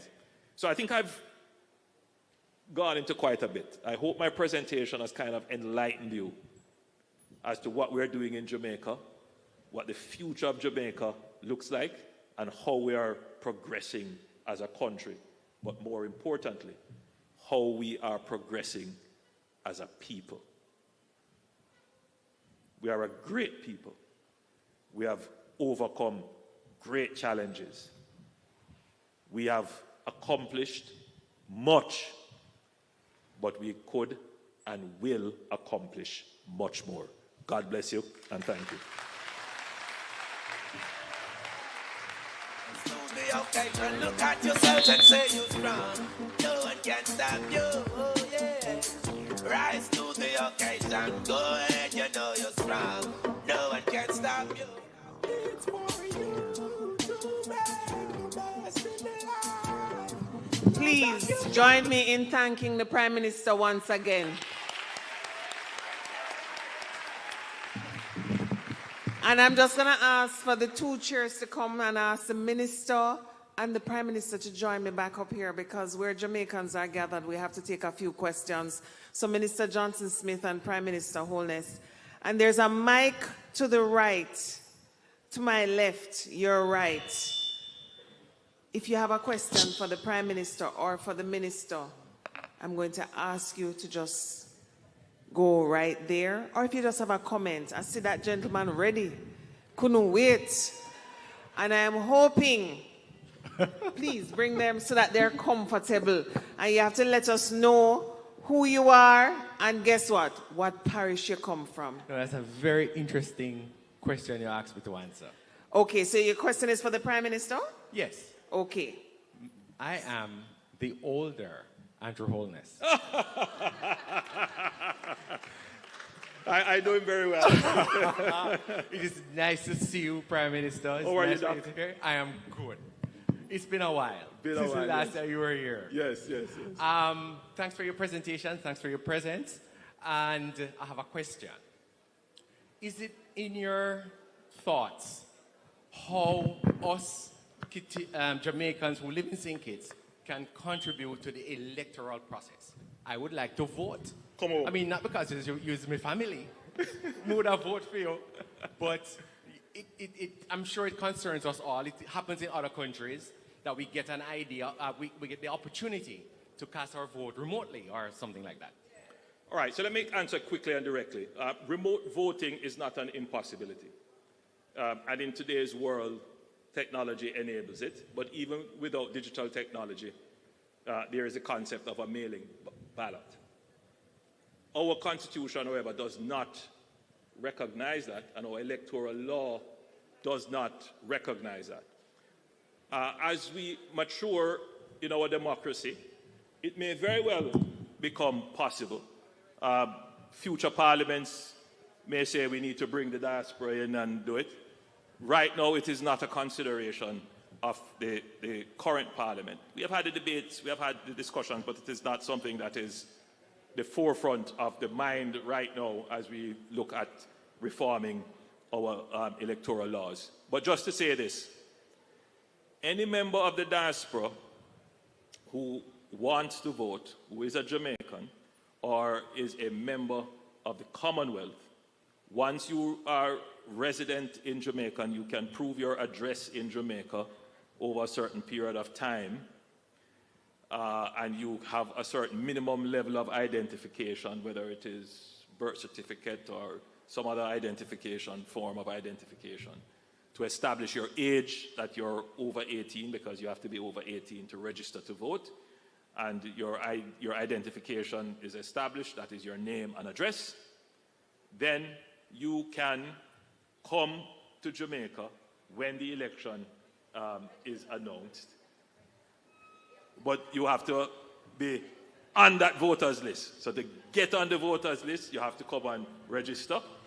And you can vote. Nobody stops you. In fact, I must say, Minister, when I'm on the election trail, I meet a lot of Jamaicans who say, I come from England, I come from New York, I fly in, I come to vote. And I'm certain that there are Jamaicans here in St. Kitts and Nevis who returned to vote. Yes. So for now, my answer to you, Andrew, is for now, that is how we would have to do it until we change our electoral laws to be able to facilitate diaspora voting. Thank you so much. I noticed that the line has 5 men. No women have any questions? But anyway, please go ahead and just remember to tell us your name and the parish you're from. And we'll just close off this number of persons so that the PM and the minister and indicate who it is that you would like to answer your question. Absolutely. Good night. I want to say good night to Minister Johnson and Prime Minister. I'm Paul Lee from the great parish of St. Mary, in particular Western St. Mary. My question is in regards to Cuba. And I must first commend the statement from Prime Minister and Minister Johnson today.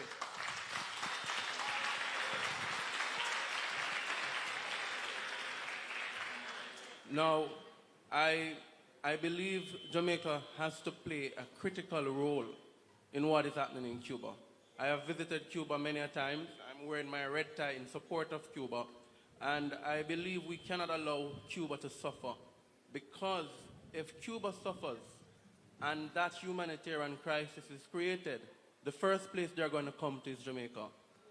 And so I want to commend you, Prime Minister, for your presentation at the CARICOM Heads of Summit.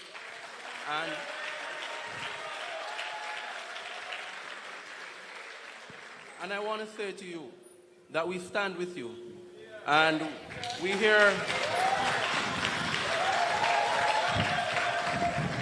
we hear persons up north making statements, but we understand that there are other persons who have agenda and are funded by other sources. But we say Cuba will always be our friend, and they have always been a friend to Jamaica. And I want to tell you, continue to fight on behalf of the people of Jamaica and our relationship with Cuba.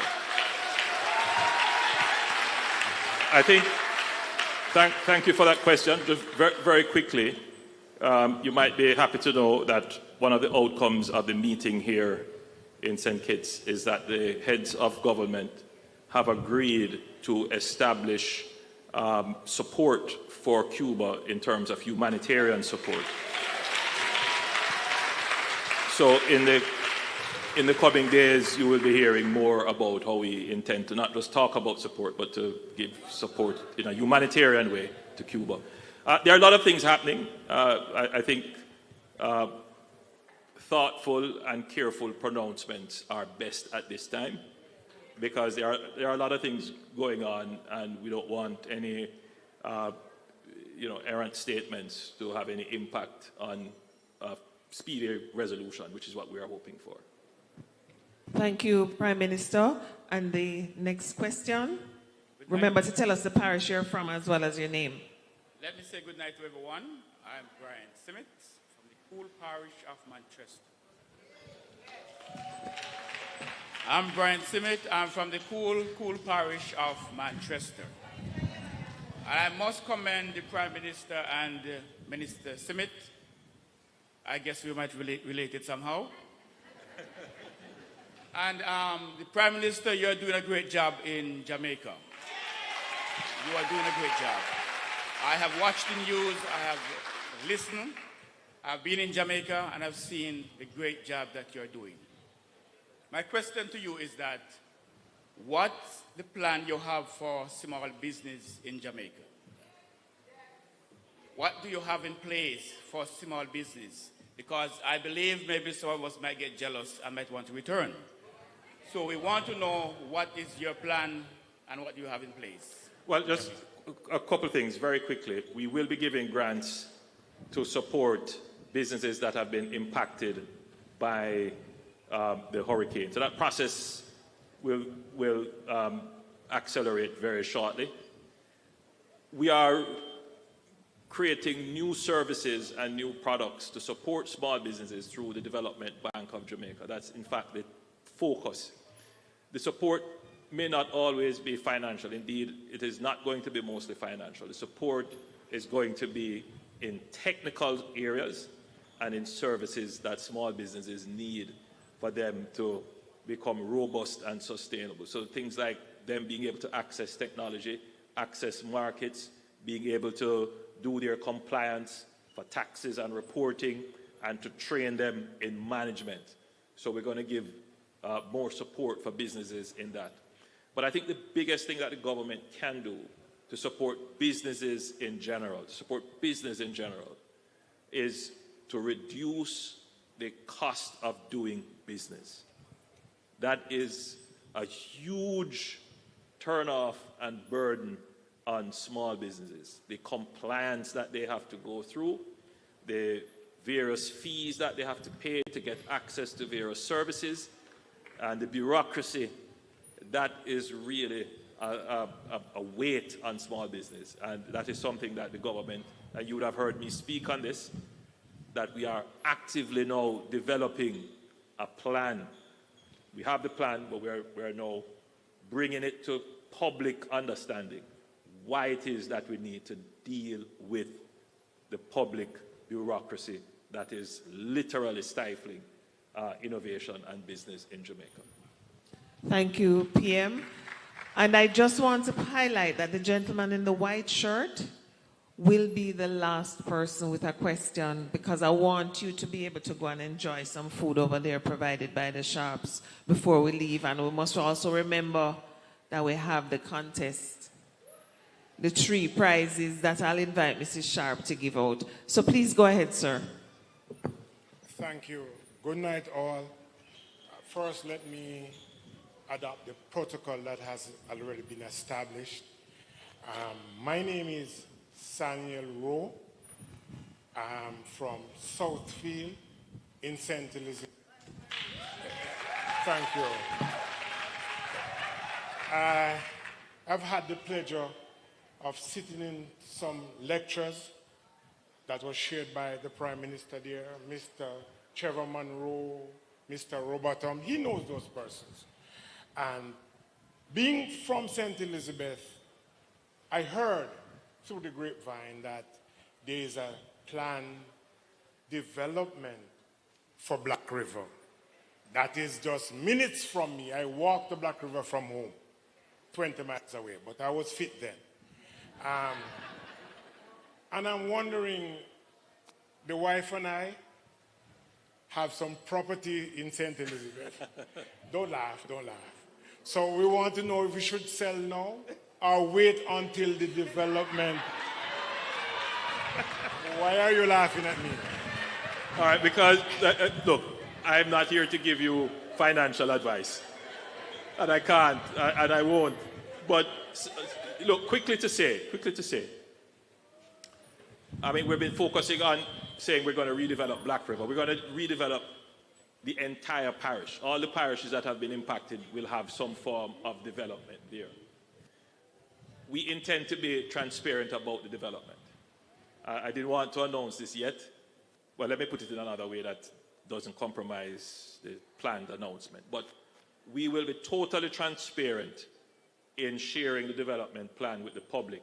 So everybody will be able to see what the government plans to do, and from that you can then make your development decisions, right? That's how I would do it. So my friend, you sound like you're at university with me. Yes. So look out for that when we make the announcement. We have a short list of projects that we're going to do right across Jamaica, and in particular the areas impacted. And all of those projects will be announced. So you will be able to say, I have property close to this. I wonder if I should do this, if I should sell it or I should do my own development. There might be persons who had plans for development for a very long time but said, you know what, I don't want to be the only one spending in the area. But now you see what is going to happen. You could mobilize and do the investment. So we're going to be totally transparent. There will be no secret about what is going to happen and you have to know somebody to get information. No. We will publish it. Everybody will be able to see it, and then you can make your decisions. Thank you so much, PM. Yes. Thank you. A pleasant good night to everyone. Protocol established, protocol adopted. Honorable Prime Minister, not quite sure whether or not the questions will be. They want your name and where you're from in Jamaica. Winston Morrison, born Portlander, reared and bred in the cool hills of Manchester, my patriarchal home. Thank you. You're welcome. And also the Vice President of Jamaican Diaspora here in Nevis, responsible for the Nevis chapter. I have two questions, Mr. Prime Minister, but I must first commend you and the work that you're doing. Certainly, I believe in you when you have started to be the first post-independent Prime Minister. And that tells me that there is something in you that is, with all the work that has been done from those prior, but there is something about you that is different because you come after independent. So you are somewhat not tainted with colloquialism in that context that I'm looking at. Yes, we come through that, but your focus is an after independent and development of Jamaica going from independence. And we have seen that. However, there's a template. Maybe you are going along that, but probably I wanted to enunciate it more clearly. The Asian tiger, Singapore, has looked at a Jamaican template, has taken it and become one of the most powerful Asian economies. Is Jamaica looking at that template to become the envy of the Caribbean? So, let me put it to you in this way. Yes, Jamaica looks at all successful countries, Singapore included. I'll give you another country. Jamaica and Singapore started out with approximately the same level of GDP per capita in 1962. In fact, we were slightly ahead of them. But Korea, South Korea, was poorer than Jamaica in the 1960s. Today, Singapore's GDP per capita is about $60,000 per capita, per person. And South Korea is maybe around that or a little bit more. Singapore's economy is $500 billion. They are they're about $550 billion US dollars. Jamaica's economy is how much? $21 billion. Wow. We have lost a lot of time. We have been diverted into all kinds of ideological pathways which have not served us as a people. When you travel and you see what other countries are accomplishing and what they're achieving, you come back and you say, not now go on to Jamaica, and you get frustrated. I'm saying to you that I am committed not to make those mistakes again. That we're going to try and catch up back now. Yes, sir, we should have been the $500 billion economy. Lee Kuan Yew came to Jamaica and he saw what we were doing. He took the Jamaica Business Development Corporation form and our systems and he took them back to Singapore. The story is told by one of Jamaica's premier businessman. He told me personally that when he went to Singapore to do business, the officer from their business development, their equivalent of JAMPRO today, gave him a form. And when he read the form, it was the exact same form that he had to fill out in Jamaica.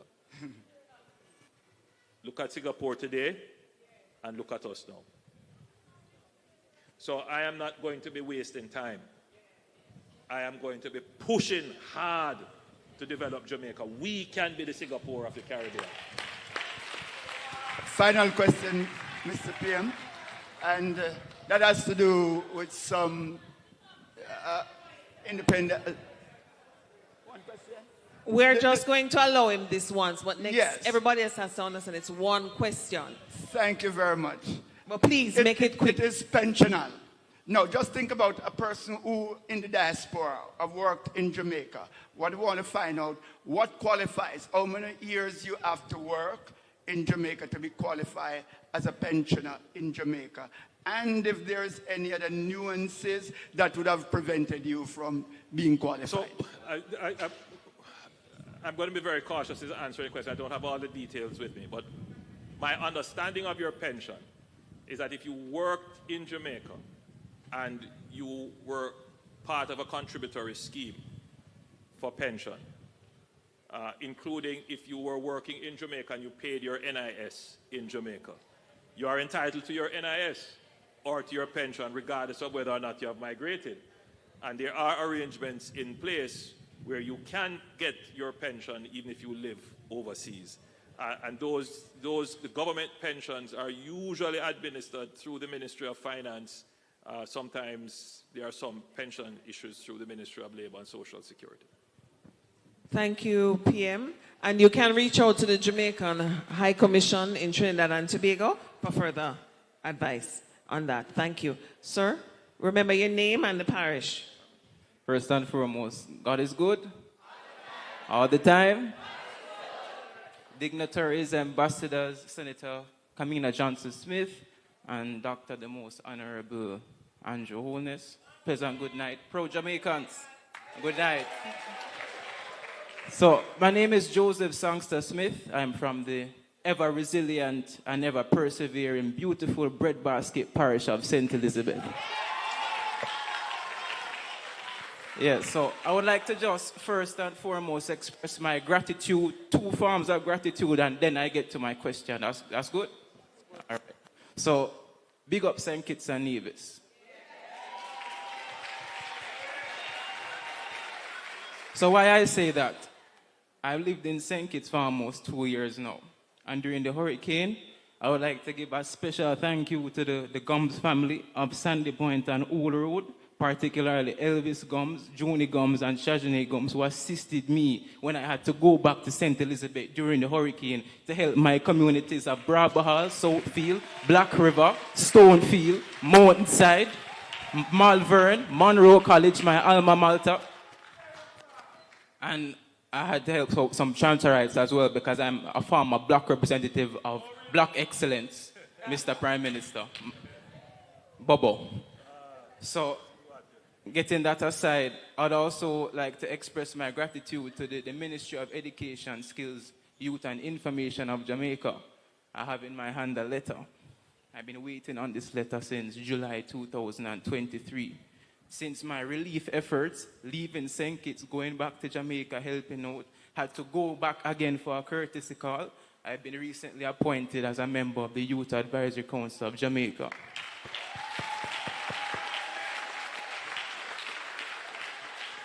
So, Minister, you do not know me, but you have posted pictures of me on your Instagram pages.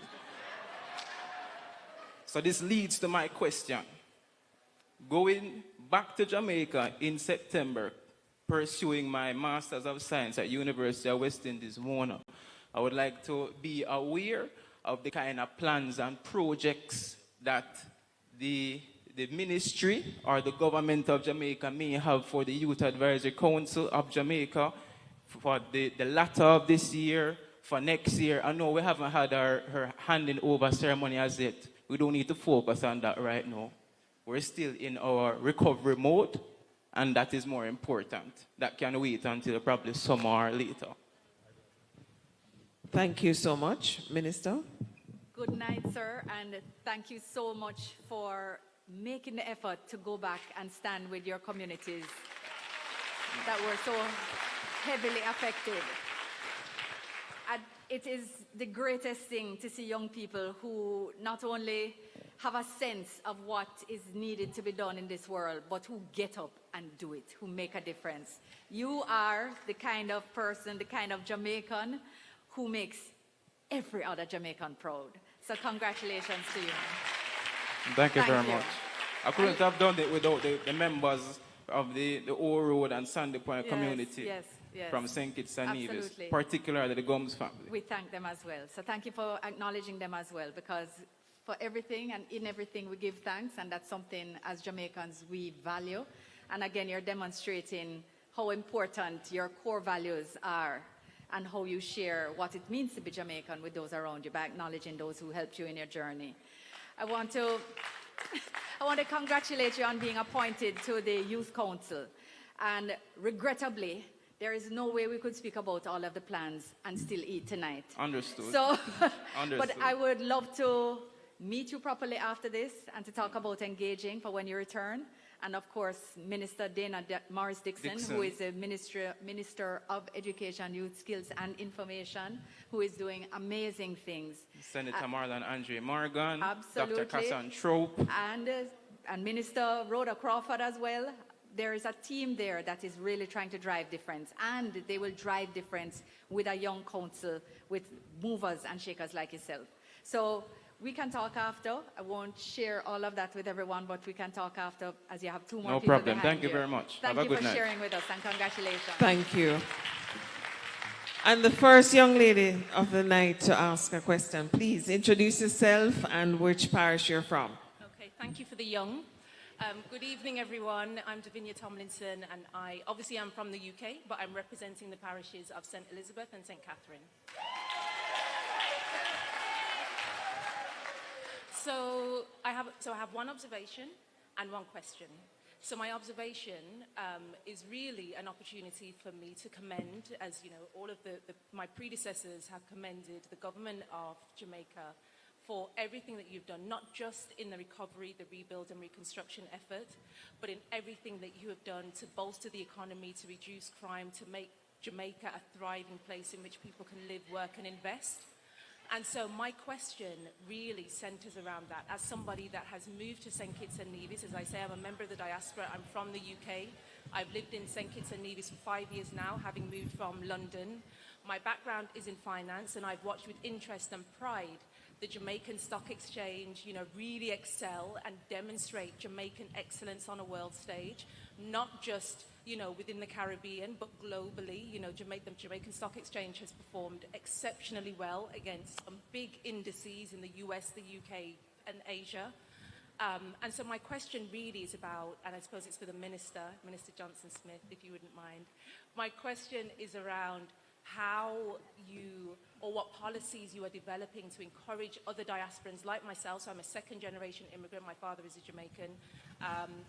There are so many of us in the UK that want to come to Jamaica. So as I say, I've moved here to St. Kitts and Nevis. One of the last conversations I had with my dad before he died was around, where can I move to? I want to raise my children in the Caribbean. I chose St. Kitts. We looked at Jamaica as well as an option. And on balance, St. Kitts looks like the better option because of the ages of my children, but I would love to do more in Jamaica. I would love to not just be a contributor from a remittances perspective, because we know that's important for GDP, but also feel like Jamaica is a place that I can build a home, that I can encourage my children to go to university, and they can really feel that sense of Jamaican heritage and pride. And your question is? What policies are you developing for diasporans to return? So people like myself, what sorts of things are you doing to encourage us to come back and feel like we belong in Jamaica? Wonderful. Yeah. Thank you. Fundamentally, what has always set the task for us is not only to create a Jamaica for Jamaicans to want to return to, but create a Jamaica that works for everybody. So we might not have a specific incentive for a Jamaican diasporan to return. What we're saying is we're fixing everything in Jamaica to make everyone want to return. There is, in fact, an association of returning Jamaicans and Black expatriates. And so people who are not Jamaicans, but they have moved to Jamaica, and they literally asked me the question, Minister, why is it that everyone does not live here? So first of all, we don't have the space to hold you. But second of all, there's still work to be done. But there's a lot happening now. I want to suggest to you, and I make this by way of announcement, that June 16th to 20th of this year, we will be having our 11th biennial diaspora conference. And at that conference, we will be discussing across all the sectors, all of the aspects of why it's important for you to return, what you can do to return, how you can engage with Jamaica, even if you don't return, but you want to connect in a way. We have mentorship programs, we have business programs, we have, there's a whole sector of things. There's work happening in education sector, in finance, as you've said. There's a lot happening in finance cooperation, because as you pointed out in respect of the stock exchange, we actually have cooperation with Ghana, and we have cooperation with the Ghanaian Stock Exchange, based on which they have won prizes, and cooperation with the Rwandan Stock Exchange, based on which they are also changing how they work. And we've been working with Guyana on the creation of a junior stock exchange in Guyana. So there's a lot of work happening in the financial sector that requires good minds, that requires professionals who are well experienced and well knowledgeable in the financial sector. We want to make sure that education sector is fixed, so that you can feel comfortable to move there with your kids and be comfortable that they're getting the strongest grounding possible. But as to a special program right now, I cannot announce that for you.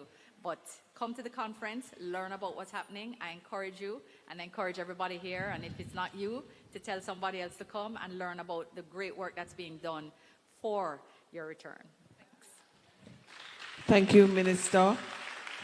And I just want to use the opportunity from what Minister just said. The Caribbean does not usually have representation at the Diaspora Conference. Let us turn up this year. Let us go to the Diaspora Conference in June in Jamaica.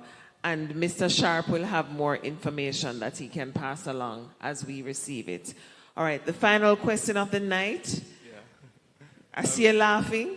Well, you know, lighten the mood. Good night, everybody. My name is Stephen Clark. I'm from the great parish of Hanover. So far.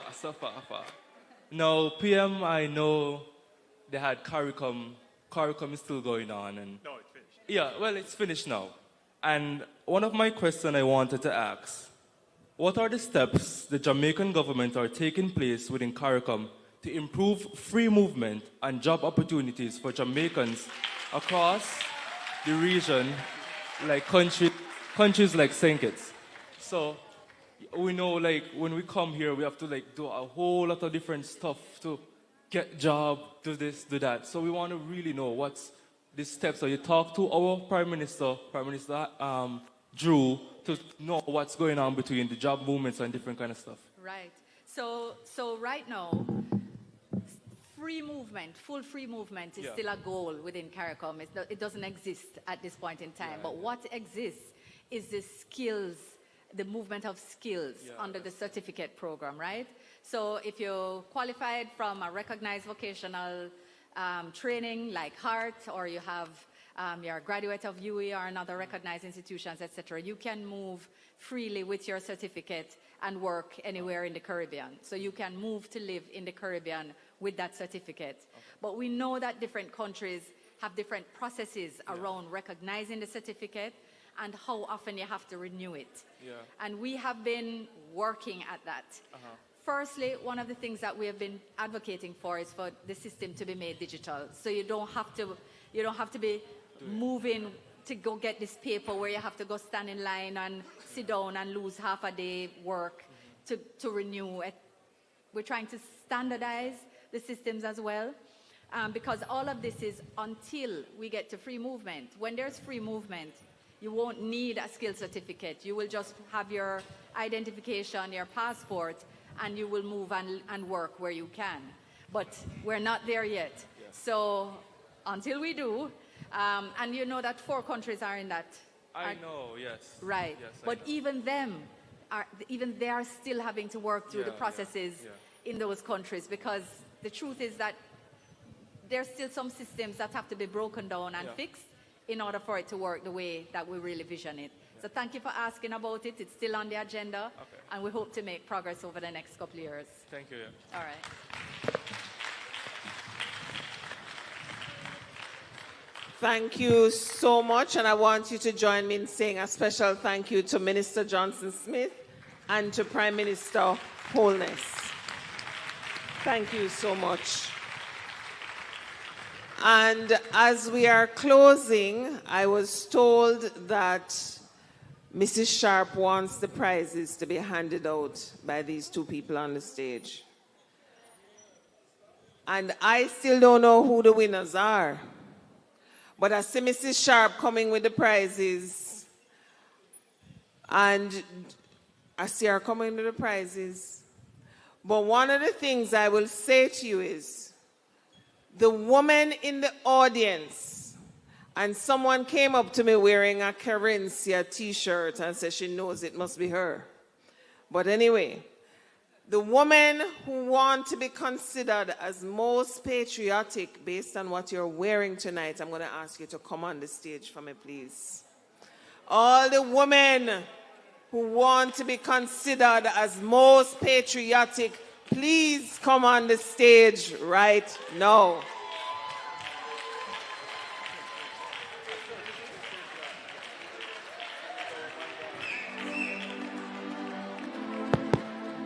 So, come over here for me now, please. I know everybody wants to stand inside the PM, but come over here for me, please. Aren't they looking lovely? Give them a round of applause for me.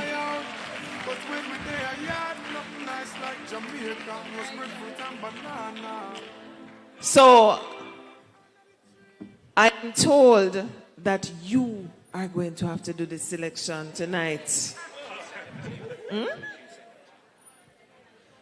So you're all winners. But first, we must know that you are all winners because, boy, you look beautiful on Jamaica Day. You look wonderful. Now, look at the variation of Jamaica. Bandana, the Jamaican colors, the Jamaica t-shirt with the flag and the hat, the beautiful green outfit, and the Jamaican jacket and t-shirt. Come on now, give them a round of applause for me. So, you ready? You sure you're ready to do this? All right, here how we're going to do it now. When I point on the person, you're going to make a noise. And the person with the most noise is going to win. Does that sound fair? Does that sound fair? No, I know us, we like to make noise. So you have to remember, it's the one with the most noise is going to win. So we're going to, first of all, what's your name? Denise. Is it Denise? All right. Is it this young lady? What's your name? Ketania. Is it Ketania? And this lady, what's your name? Antoinette. And Antoinette, is it? No, what's your name? Georgia. This is Georgia. Is it Georgia? All right. And we have the lady, I don't want to block in, I don't want to drop. We have this lady in her bandana and white. What's your name? Lani. Is it Lani?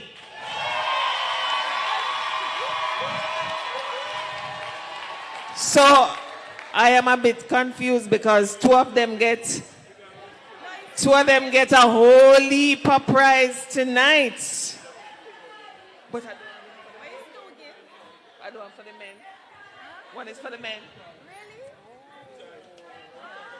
All right. So I want to thank everybody except the two persons who got the loudest noise. Thank you so much. You're all beautiful. And thank you, PM. Thank you, Minister. Guys, you're going to have to make a choice here.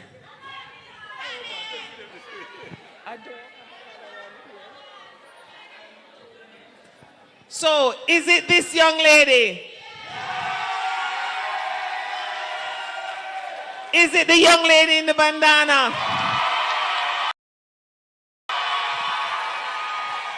Also, Mrs. Sharp, I need another prize because I'm going to have to give the two of them to them, please.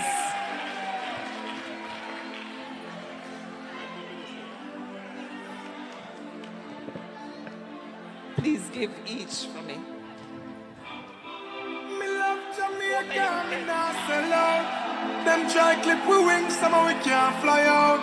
But when we there, yard, nothing nice like Jamaica. Roast breadfruit and banana. Under the tree with a glass of lemonade. Jumping at the river when me ready for bed. No boy can't buy me out. Me no foreign minded, no you compared to Jamaica. Jamaica love, we wanna feel Jamaica love. Everybody wanna visit Jamaica. Jamaica love, Jamaica. Thank you. Thank you so much. I see you getting in the vibes. All right. The men who want to be considered, can you please come forth?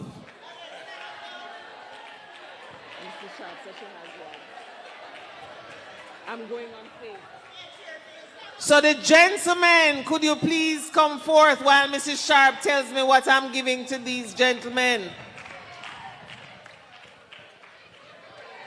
Come for me, please.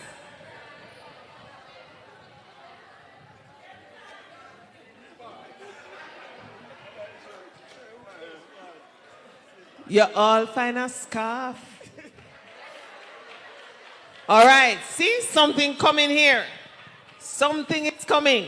All right, so we have two gentlemen, and you're going to help me to select which of them is most patriotic looking tonight. What is one prize I have?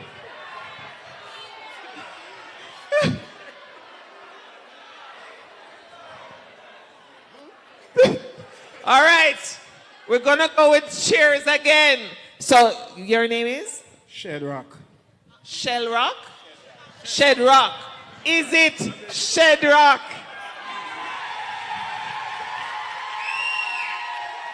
All right, this gentleman here. Dennis Johnson. Is it Dennis Johnson? Mrs. Sharp, they're putting me in trouble because I can't decide. And it sound the same way to me. Can we get one more prize? Yes, we are told we can get one more. So one of you please collect this one and the other one, please.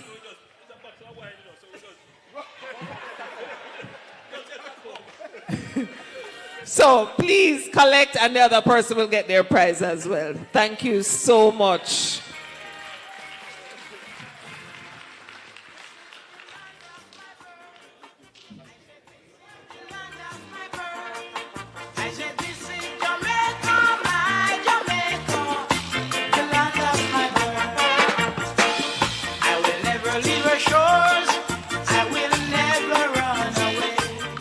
All right, so the last prize I have, and this time it's only one I can give, is the most patriotic couple.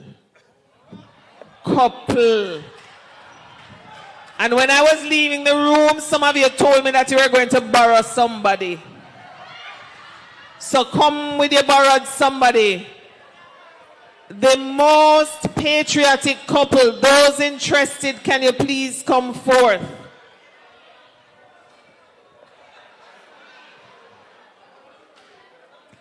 Come. I see this gentleman calling somebody to come with him. I have one gift here, the most patriotic looking couple tonight. All right. Woo.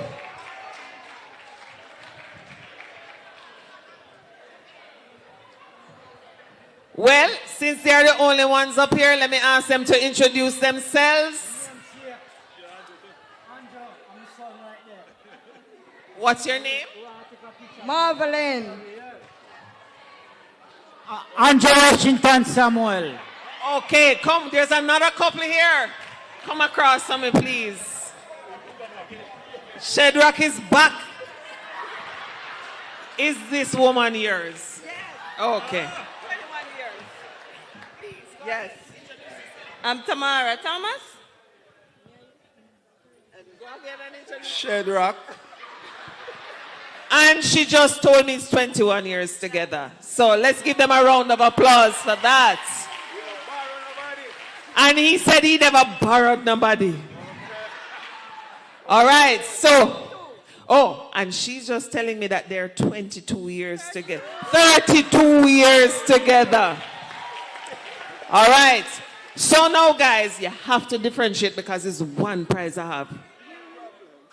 One. So, the owner, Mr. Sharp, say you both win. So we don't have to do anything else. So, thank you all so much. You're both winners tonight, and I'll hand you the one that I have. Please collect the other one from the Sharps. Thank you so much. Thank you. Absolutely. So guys,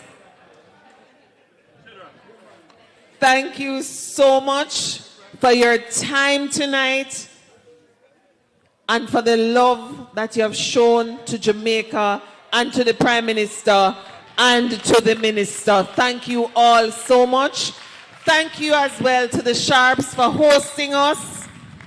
And I won't keep you any longer because I know food is over there for you to eat and your belly to full. And those of you who are going back to Nevis and to St. Kitts. Thank you, Prime Minister. Thank you, Minister Johnson Smith. Thank you to the team from the Ministry of Foreign Affairs. Have a good evening, everybody. Walk good. Just come on. Anyway,